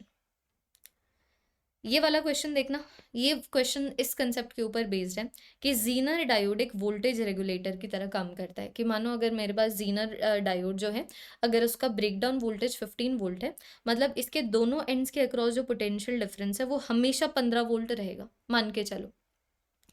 तो हमसे यही पूछा हुआ है कि बताओ जो डायोड के अक्रॉस कितना करंट फ्लो कर रहा है, डायोड के अक्रॉस कितना करंट फ्लो कर रहा है, हमें ये वाली वैल्यू पूछी हुई है। और यहाँ पर ये भी गिवन है कि इन दोनों एंड्स के अक्रॉस जो पोटेंशियल है 20 वोल्ट, मतलब मैंने 20 वोल्ट लगाए हैं। अब भाई तुम मुझे एक बात बताओ, अगर मैंने 20 वोल्ट लगाए हैं, मतलब जब मैं ऐसे ट्रैवल करूंगी तो 20 वोल्ट का ड्रॉप आना चाहिए ना, है ना। तो यहाँ पर कुछ ड्रॉप आया, यहाँ पर 15 का ड्रॉप आया, टोटल ड्रॉप 20 का है, तो ऑब्वियस सी बात है कि इसके अक्रॉस जो पोटेंशियल ड्रॉप है वो 5 वोल्ट है। दूसरे वाले रजिस्टर की बात करूं तो इन दोनों एंड्स के अक्रॉस अगर 15 वोल्ट है तो इन दोनों एंड्स के अक्रॉस भी 15 वोल्ट होगा। इसके अक्रॉस जो पोटेंशियल ड्रॉप है 15 वोल्ट है। अब मैं ऐसा क्यों कर रही हूँ, क्योंकि मुझसे करंट डायोड के अक्रॉस पूछा हुआ है। तो देखो एक करंट यहाँ से आएगा, अब यहाँ से जो करंट आया, देखो सर्किट का जो करंट है वही डिस्ट्रीब्यूट होगा ना, कुछ आगे चला जाएगा कुछ यहाँ पर चला जाएगा। तो जो आगे चला गया उसको मैंने I2 मान लिया, जो डायोड के अक्रॉस गया है वो मुझे निकालना है। तो मैं बोल सकती हूँ I1 करंट आया है जंक्शन के ऊपर और इतना करंट गया है जंक्शन से। तो अगर मैं डायोड करंट को निकालना चाहूँ, it is equal to I1 minus I2, दोनों निकाल सकते हो। जैसे कि अगर मानो 250 ओम की बात करूं, तो इसके अक्रॉस पोटेंशियल ड्रॉप 5 वोल्ट है और उसकी रेजिस्टेंस 250 है, तो उसके अक्रॉस करंट इतना हो गया। दूसरे वाले रेजिस्टेंस की बात करूं जिसके अक्रॉस 15 वोल्ट का पोटेंशियल है और उसके रेजिस्टेंस की वैल्यू 1000 ओम है, तो वो ये आ गया। देखो, तो I1 भी आ गया, I2 भी आ गया, इसको सॉल्व करके आंसर भी आ जाएगा 5 मिली एम्पियर। ये मेरे पास आ रहा है 20 मिली एम्पियर, ये मेरे पास आ रहा है 15 मिली एम्पियर। तो आंसर कितना आ गया, 5 milliampere, option number B. Next question यहाँ पर ये है, यहाँ पर बच्चों पॉजिटिव 3 पॉइंट, मैं एक बार लिख देती हूँ, ये अच्छे से विजिबल नहीं है। यहाँ पर 3.2 वोल्ट है, यहाँ पर मेरे पास 100 ओम का रेजिस्टर है और यहाँ पर 3 वोल्ट है। तो मुझसे ये पूछा हुआ है कि अगर आइडियल डायोड है, आइडियल डायोड का मतलब फॉरवर्ड बाइसिंग कर दे तो नेग्लिजिबल रेजिस्टेंस देता है, तो बताओ कितना करंट है जो सर्किट के अक्रॉस फ्लो करेगा। तो तुम देखो ना, अगर मैं इस सर्किट की बात करूं तो सबसे पहले तो हमें ये देखना होता है कि जो ये डायोड है फॉरवर्ड बाइस्ड है कि रिवर्स बाइस्ड है। सो 3.2 और 3 में से 3.2 बड़ा है, मतलब फॉरवर्ड बाइस्ड है ना, मतलब करंट फ्लो करेगा। अब जो 3.2 और 3 के बीच में पोटेंशियल डिफरेंस है वो 0.2 वोल्ट का है। So V is equal to I R, की 0.2 वोल्ट का पोटेंशियल ड्रॉप है तो I का करंट फ्लो करेगा कितने रेजिस्टेंस के अक्रॉस, 100 ओम के अक्रॉस। तो I की वैल्यू मेरे पास कितनी आ गई, 0.2 into 10⁻², this can be written is equal to 2 milliampere. Option number B, काफ़ी इजी क्वेश्चन था। ऐसे PYQs हैं। नेक्स्ट क्वेश्चन ये है, कौन सा स्टेटमेंट करेक्ट नहीं है अगर मैं एक जंक्शन डायोड की बात करूं जिसके मैंने फॉरवर्ड बाइसिंग कर दी। तो फॉरवर्ड बाइसिंग कर दी मतलब P की साइड पे हायर पोटेंशियल को कनेक्ट कर दिया और N की साइड पे लोअर पोटेंशियल को कनेक्ट कर दिया। पहला ये है width of the depletion region decreases. तो अभी देखो, अगर मानो ये मेरे पास P की साइड है, ये N की साइड है ना, यहाँ पर नेगेटिवली चार्ज्ड डोपेंट एटम्स हैं, यहाँ पर पॉजिटिवली चार्ज्ड डोपेंट एटम्स हैं। यहाँ पर इस तरीके से खूब सारे होल्स हैं, कुछ इलेक्ट्रॉन्स भी हैं, यहाँ पर खूब सारे इलेक्ट्रॉन्स हैं और ऐसे छोटे छोटे होल्स भी हैं। अब मानो अगर मैं यहाँ पर फॉरवर्ड बाइसिंग कर देती हूँ, मतलब यहाँ पर अगर मैं हायर पोटेंशियल को क्रिएट कर देती हूँ और यहाँ पर लोअर को, तो ऑब्वियस सी बात है यहाँ पर जो होल्स बैठे हुए हैं हायर पोटेंशियल से दूर भागेंगे, यहाँ पर जो इलेक्ट्रॉन्स बैठे हुए हैं लोअर पोटेंशियल से दूर भागेंगे। तो दोनों रीजन्स में जो मेजॉरिटी चार्ज कैरियर्स है they will be pushed towards the depletion region, जिसकी वजह से डिप्लीशन रीजन की विड्थ कम हो जाती है। तो डिप्लीशन रीजन की विड्थ कम होना करेक्ट है।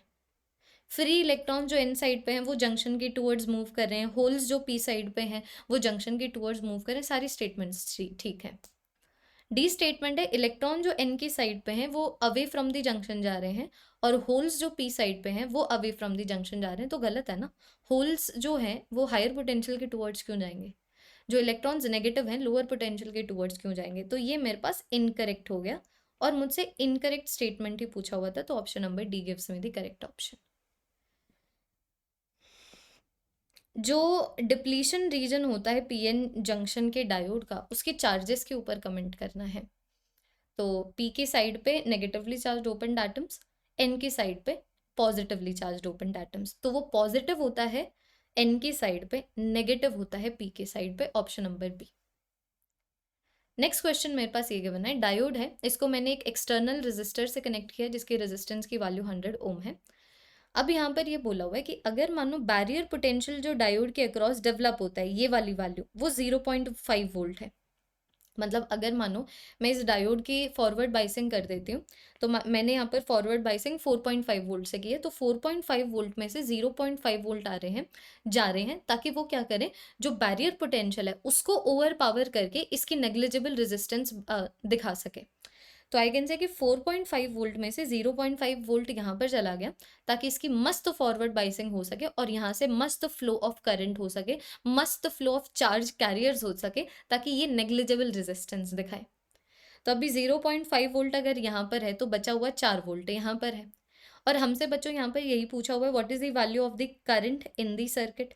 तो करंट की वैल्यू इन दी सर्किट में, तो देखो जो करंट की वैल्यू सर्किट के अक्रॉस है, ये भी पूछा जा सकता था कितना करंट डायोड के अक्रॉस फ्लो कर रहा है, सेम बात है। कितना करंट इसके अक्रॉस फ्लो कर रहा है, सेम बात है। तो हम इसी के लिए सॉल्व कर देते हैं ना, इसकी रेजिस्टेंस भी मुझे पता है।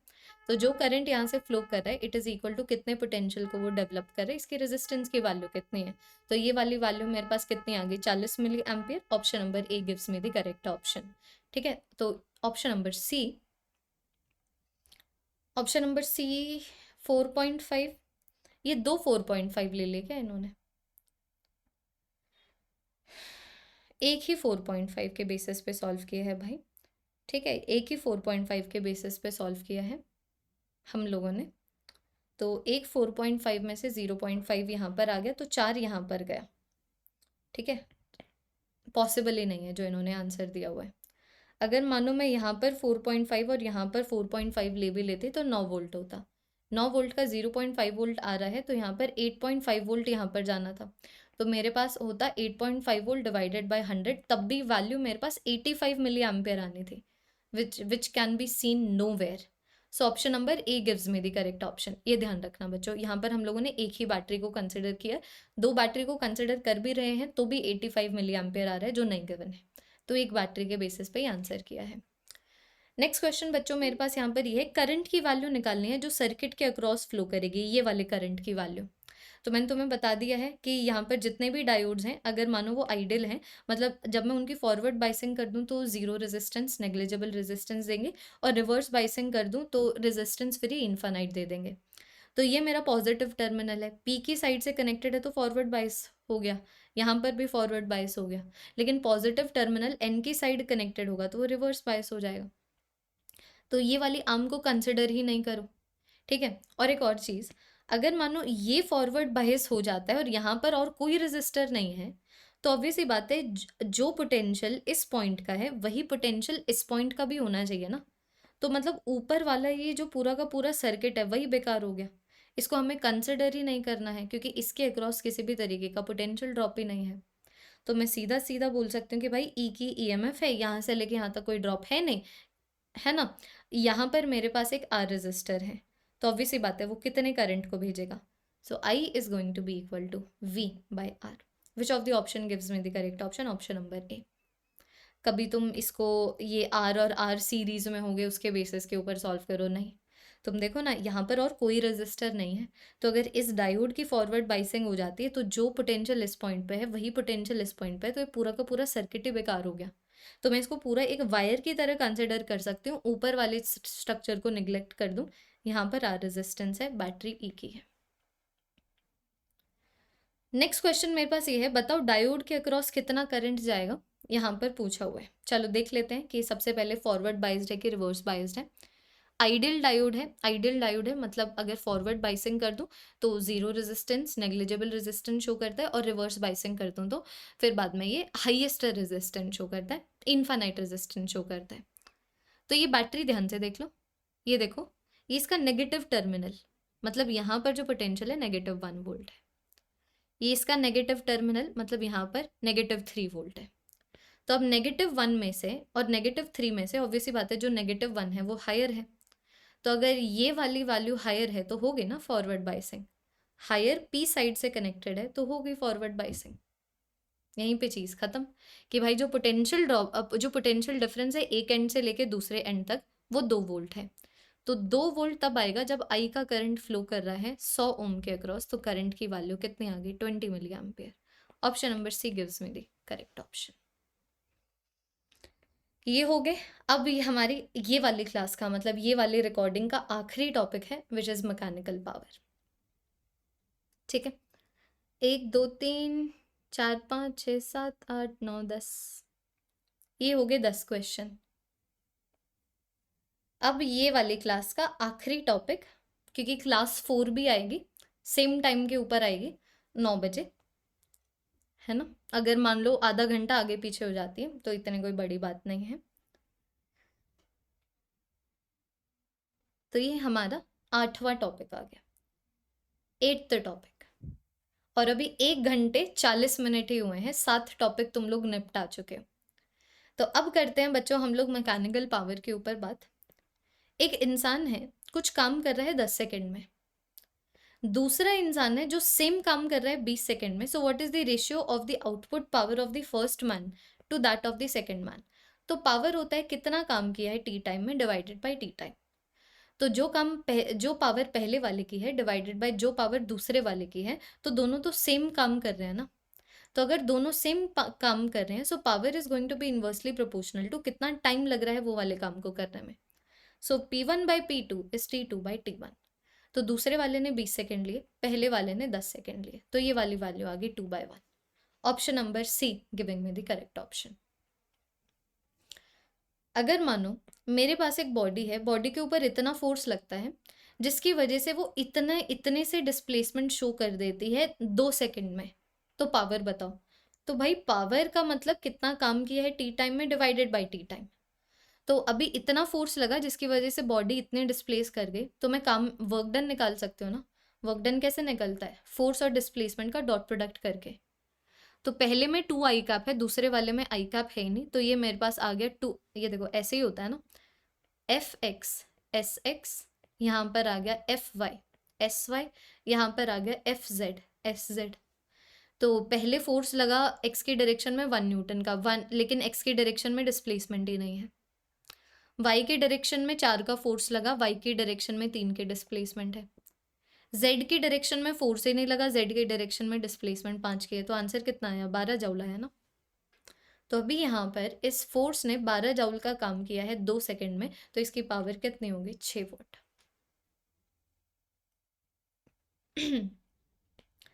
यहाँ पर 2 kg की बॉडी है और 2 kg की बॉडी को मैं पावर सप्लाई कर रही हूँ और वो पावर टाइम के साथ ऐसे वेरी कर रही है। तो मानो अगर टाइम इज इक्वल टू 0 पे अगर वो रेस्ट के ऊपर थी, तो बताओ इसकी वेलोसिटी की वैल्यू 2 सेकंड पे कितनी होगी। तो देखो वेलोसिटी वेलोसिटी छोड़ दो, वर्क एनर्जी थ्योरम से चलो कि अगर मानो बॉडी पहले रेस्ट के ऊपर थी तो 2 सेकंड के बाद उसकी जो वेलोसिटी होगी that will depend on 2 second के बाद उसकी काइनेटिक एनर्जी कितनी है। तो अगर मैं सिर्फ ये निकाल लूँ 0 से लेके 2 सेकंड तक बॉडी के ऊपर कितना काम हुआ है, it will be equal to body की कितनी काइनेटिक एनर्जी इंक्रीज हुई है, वहां से आंसर आ जाएगा। तो मैंने सोचा काम निकाल दें, तो पावर देखो पावर हो जाता है dw/dt। तो अगर मुझे काम निकालना हो वेरिएबल पावर की वजह से तो हम इंटीग्रेशन करते हैं। कांस्टेंट पावर हो कि मानो अगर 2 वॉट की पावर है तो 10 सेकंड में 20 जूल का काम करेगी, simple multiplication because constant power है। लेकिन जब पावर वेरिएबल नेचर की हो और फिर बाद में हम लोगों को निकालना हो कि वो पावर की वजह से कितना काम हो रहा है, तो हम इंटीग्रेशन करते हैं। तो आओ वर्क डन निकालते हैं इंटीग्रेशन करके। तो मुझे t²/2 की इंटीग्रेशन करनी है dt के साथ। मैं वो काम निकालना चाहती हूँ जो टाइम इज इक्वल टू 0 से लेके time is equal to 2 second तक हुआ है, ताकि मैं ये देख सकूँ 0 से लेके 2 सेकेंड तक काइनेटिक एनर्जी कितनी इंक्रीज हुई है ना। This is going to give me the increase in the kinetic energy by work energy theorem. तो सबसे पहले इंटीग्रेशन कर देते। इंटीग्रेशन कर दूं तो ये मेरे पास आ गया 2^6। इंटीग्रेशन में पावर 1 से बढ़ गई, न्यू पावर डिनोमिनेटर में आ गई। ऑलरेडी 2 था डिनोमिनेटर में, 2 × 3 6 हो गया। 0 से लेके 2 तक जा रहे हैं, तो ये वाली वैल्यू होगी 2^3 वैल्यू कितनी होगी 4/3 जूल। अब 4/3 जूल का अगर काम हुआ है तो 4/3 जूल से उसकी काइनेटिक एनर्जी इंक्रीज हुई होगी, लेकिन इनिशियल काइनेटिक एनर्जी तो थी नहीं। इनिशियली तो वो रेस्ट के ऊपर था, तो काइनेटिक एनर्जी जितनी इंक्रीज हुई है वही उसकी फाइनल काइनेटिक एनर्जी है। So final kinetic energy is equal to half M V square. Half mass की वैल्यू यहाँ पर 2 है, यहाँ पर आ गया मेरे पास v का स्क्वायर। तो फिर बाद में ये वाली वैल्यू मेरे पास कितनी बनी, वेलोसिटी की वैल्यू मेरे पास कितनी बनी, वेलोसिटी की वैल्यू बन गई √4/3 which is equal to 2/√3। Which of the option gives me the correct option? Option number C. अरे भाई ये क्या हुआ, देखे क्या कि कुछ गड़बड़ हुई है क्या? तो पावर 2 kg की बॉडी को हम लोग इतना सप्लाई कर रहे हैं, टाइम इज इक्वल टू 0 पे वो रेस्ट पे है, तो 2 सेकंड पे उसकी वेलोसिटी पूछी हुई है। तो हम ऐसा करते हैं, हम ये देख लेते हैं 0 से लेके 2 सेकंड तक कितना काइनेटिक एनर्जी में इंक्रीज आया है। अब पावर वेरिएबल है तो ऑब्वियसली बात है इसकी इंटीग्रेशन करेंगे ना हम लोग टाइम के साथ काम निकालने के लिए। तो अभी अगर t² by 2 की इंटीग्रेशन कर दूं तो वो मुझे t³ by 6 ही देता है। डेफिनेटली पावर 1 से बढ़ गई, न्यू पावर डिनोमिनेटर में। अब मैं वो काम निकाल रही हूँ जो टाइम इज इक्वल टू 0 से time is equal to 2 second के ऊपर हो रहा है, इस 2 kg की बॉडी के ऊपर, है ना। तो ये वाली वैल्यू आ गई 2 का क्यूब, 4/2 8 ही होता है, 8/6 4/3 जूल हो गया। तो 4/3 जूल का काम हुआ है, तो 4/3 जूल की काइनेटिक एनर्जी इंक्रीज हो गई। इनिशियल 0 थी, तो जितनी काइनेटिक एनर्जी इंक्रीज हुई है वही फाइनल काइनेटिक एनर्जी है। So this is equal to the final kinetic energy. Mass की वैल्यू यहाँ पर 2 है, सो v² की वैल्यू आ गई 4/3। हो ही नहीं सकता इनमें से कोई भी आंसर हो, या तो क्वेश्चन में कुछ गलती है जिसके बेसिस पे ABCD आ रहे हैं, लेकिन हमारे लिए तो क्वेश्चन ही है ना, और क्वेश्चन सही है। मतलब ऐसा भी एक क्वेश्चन हो सकता है, मे बी जिस क्वेश्चन के बेसिस पे ABCD ऑप्शन गिवन है वो इससे अलग है, लेकिन कोई बात नहीं, हम लोगों ने जो सॉल्व किया है हमारा यही क्वेश्चन था, और इस बेसिस के ऊपर बच्चों जो आंसर आ रहा है, ये देखो, इस बेसिस के ऊपर जो आंसर आ रहा है it is equal to this. ठीक है, तो ज्यादा वांदा नहीं लेना है, नोट। नेक्स्ट क्वेश्चन, मेरे पास एक मोटर पंप है, ये कुछ अमाउंट ऑफ पानी को डिलीवर करती है इन अ गिवन पाइप, ठीक है। अब यहाँ पर ये बोला हुआ है अगर मानो इस पाइप से जो पानी निकल रहा है अगर मैं उस अमाउंट को डबल करना चाहती हूँ, तो बताओ फिर पावर ऑफ द मोटर को मुझे कैसा इंक्रीज करना पड़ेगा। तो हमेशा याद रखना, जो वेरिएबल मास प्रॉब्लम्स होते हैं, जैसे कि यहाँ पर जो मोटर है पानी को पंप कर रही है, so power is directly proportional to v का क्यूब। वेलोसिटी, जिस वेलोसिटी से मास निकल रहा है ना उससे क्यूब से प्रोपोर्शनल होती है पावर। तो अभी मानो अगर मैं मास को डबल करना चाहती हूँ, कि मैं चाह रही हूँ कि जो मास निकल रहा है वो डबल हो जाए, तो वो तभी होगा ना जब जो जिस वेलोसिटी से पानी निकल रहा है वो डबल हो जाए। अगर मैं वेलोसिटी को डबल कर दूं इसका मतलब पावर को मुझे 8 के फैक्टर से बढ़ाना पड़ेगा। So power must be increase 8 times. इस तरीके का एक प्रीवियस ईयर क्वेश्चन भी है। अगर पूरी डेरिवेशन चाहते हो तो देखो ना, power is equal to F multiplied by V। अब वेरिएबल मास प्रॉब्लम में फोर्स हो जाता है मेरे पास V मल्टीप्लाइड बाई DM/dt। देख पा रहे हो, और तो ये मेरे पास आ गया v² multiplied by DM/dt। Now DM/dt can be written is equal to density multiplied by the rate of change of volume. और ये जो rate of change of volume है this can be written is equal to what, it can be written is equal to area of cross section multiplied by velocity. तो यहाँ पर आ जाता है एक ρAV। तो तुम लोग देख पा रहे हो कि कैसे जो पावर है इस मोटर पंप का, it will be directly proportional to the area of cross section, directly proportional to the density of the liquid and directly proportional to the third power of the velocity. तो अगर मैं मास को double करना चाहती हूँ तो जिस वेलोसिटी से पानी निकल रहा है मुझे उसको भी डबल करना पड़ेगा। तो अगर मैं वेलोसिटी को डबल करना चाहती हूँ पावर को 8 टाइम इंक्रीज करना पड़ेगा। Option number C gives me the correct option. ऐसा एक PYQ है, मेरे पास एक इंजन है 100 kg के पानी को पंप कर रहा है 10 मीटर की हाइट से, मतलब 10 मीटर की हाइट से पानी को उठा रहा है 5 सेकेंड में, और वो जो पानी है वो 100 kg का है। तो अगर मानो इसकी एफिशिएंसी 60% है then what is the power of the engine. ठीक है, तो ये मुझे आउटपुट पावर गिवन है ना भाई। देखो ये आउटपुट पावर निकालते हैं कि एक्चुअली में यहाँ पर क्या हो रहा है। तो देखो एक्चुअली में ये जो काम कर रहा है it is equal to mgh, कि एक्चुअली में इसने 100 kg के पानी को इतने ग्रेविटेशनल एक्सेलरेशन के अगेंस्ट इतनी हाइट से उठा दिया, है ना। तो ये वाली वैल्यू कितने आ जाती है 10⁴ जूल। 10⁻⁴ जूल। अब मैं तुम्हें ये बोल रही हूँ कि इसकी जो आउटपुट पावर है वो आउटपुट पावर कितनी है, वो आउटपुट पावर है कितना काम किया है इसने डिवाइडेड बाय कितने सेकंड में। तो ये वाली वैल्यू आ जाती है 2 × 10⁻³ वॉट। तो आउटपुट पावर इतनी है। और मुझसे यहाँ पर ये पूछा हुआ है what is the power of the engine, engine की कितनी पावर है, और इंजन की एफिशिएंसी 60% है। इसका मतलब क्या, इसका मतलब ये that 0.6 is going to be given by output power by input power. 0.6 will be equal to, actually में यहाँ पर ये कितनी पावर दिखा रही है जो कि है इतना, डिवाइडेड बाय एक्चुअली में कितनी पावर की बिजली ये खा रही है। सो अब ये इनपुट पावर निकालने को बोला हुआ है, तो उसकी वैल्यू तुम्हारे पास ये आएगी। एक बार जरा सा देखें, पावर ऑफ द इंजन पूछा हुआ है ना, तो पावर ऑफ द इंजन की वैल्यू तुम लोगों के पास यहाँ से आएगी। Option number A gives you the correct option, जो कि नज़र भी आ रहा है। देखो ना, ये जो वैल्यू है, ये वाली वैल्यू बन गई मेरे पास,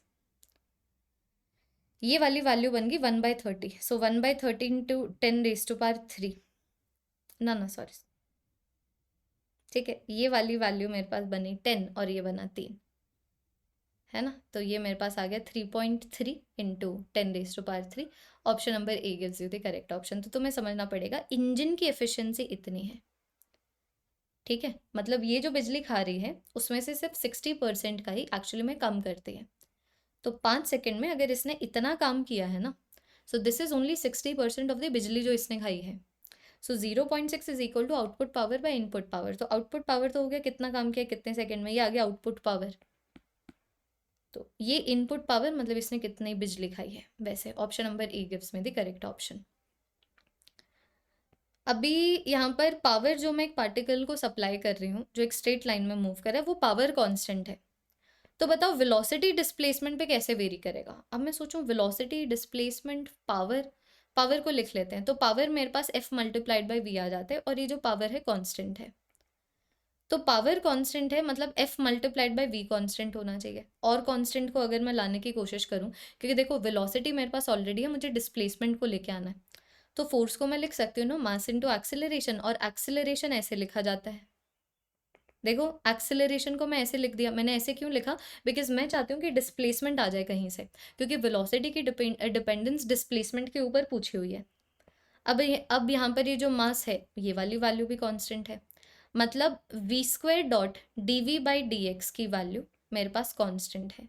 तो तुम लोग देख पा रहे हो v².dv is going to be directly proportional to dx, v³/3 is going to be directly proportional to x। सिर्फ प्रोपोर्शनैलिटी के बेसिस के ऊपर है, तो v³ अगर x से प्रोपोर्शनल है, so v is going to be given by x की power 1/3। Option number D giving me the correct option.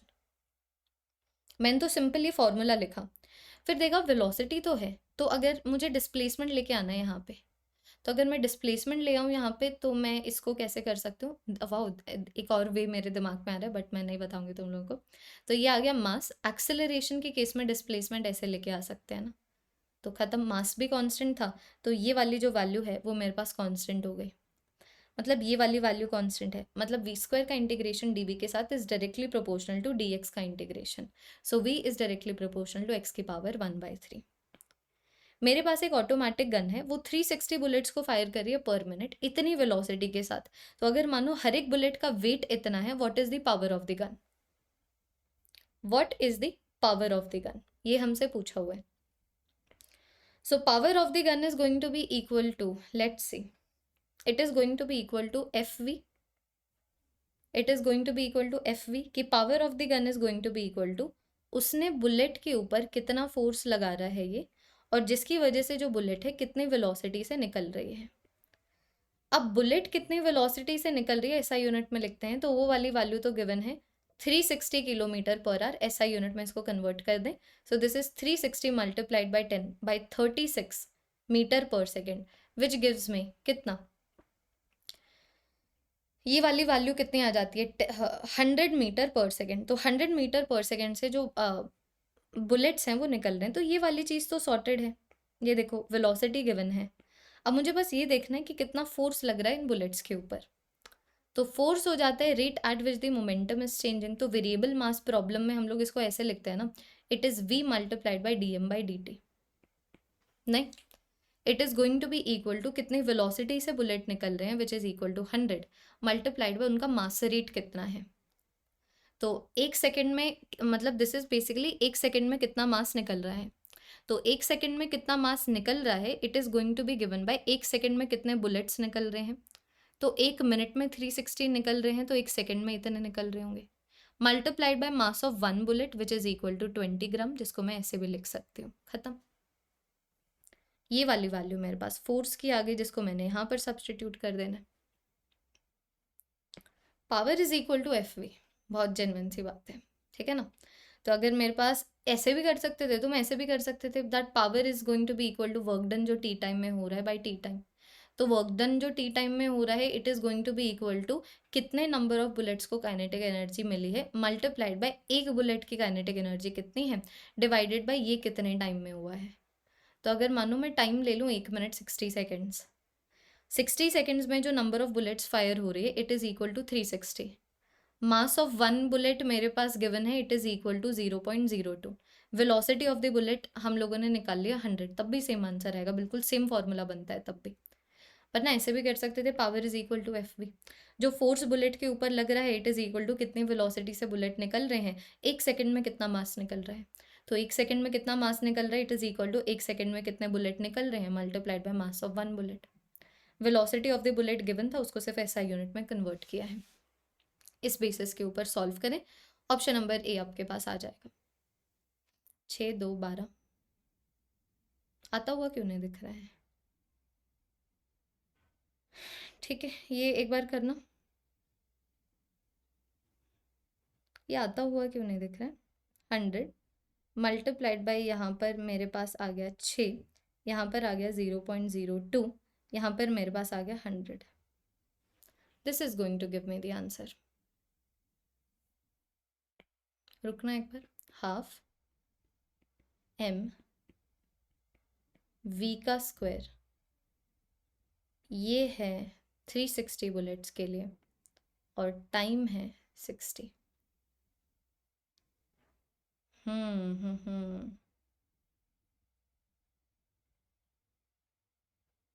इसी मेथड से कर लो। इस मेथड में क्या झूल हुआ, कांस्टेंट फोर्स ही तो लग रहा है। तो कांस्टेंट फोर्स जो बुलेट के ऊपर लग रहा है, इट इस कितनी वेलोसिटी से बुलेट निकल रहे हैं और उनका मास रेट कितना है। तो कितने, पता नहीं, मे भी कुछ कैलकुलेशन मिस्टेक हुआ होगा बच्चों, जो मुझे यहाँ पर नहीं नज़र आ रहे हैं, दूसरे वाले से ही कर लेते हैं। So power is going to be equal to कितना वर्क डन टी टाइम में हो रहा है बाई टी टाइम, कितना काम टी टाइम में हो रहा है, it is going to be equal to कितने नंबर ऑफ बुलेट्स यहाँ पर निकले हैं टी टाइम में, हर एक बुलेट की काइनेटिक एनर्जी कितनी है, और ये एक्चुअली में टी टाइम की वैल्यू कितनी है, क्योंकि यहाँ से आ रहा है डायरेक्ट आंसर। तो नंबर ऑफ बुलेट्स जो टी टाइम में निकल रहे हैं that is equal to 360। Kinetic energy जो हर एक बुलेट को जा रही है, it is equal to half mass multiplied by velocity का स्क्वायर, और ये टी टाइम कितना है, it is 1 minute which is equal to 60 seconds.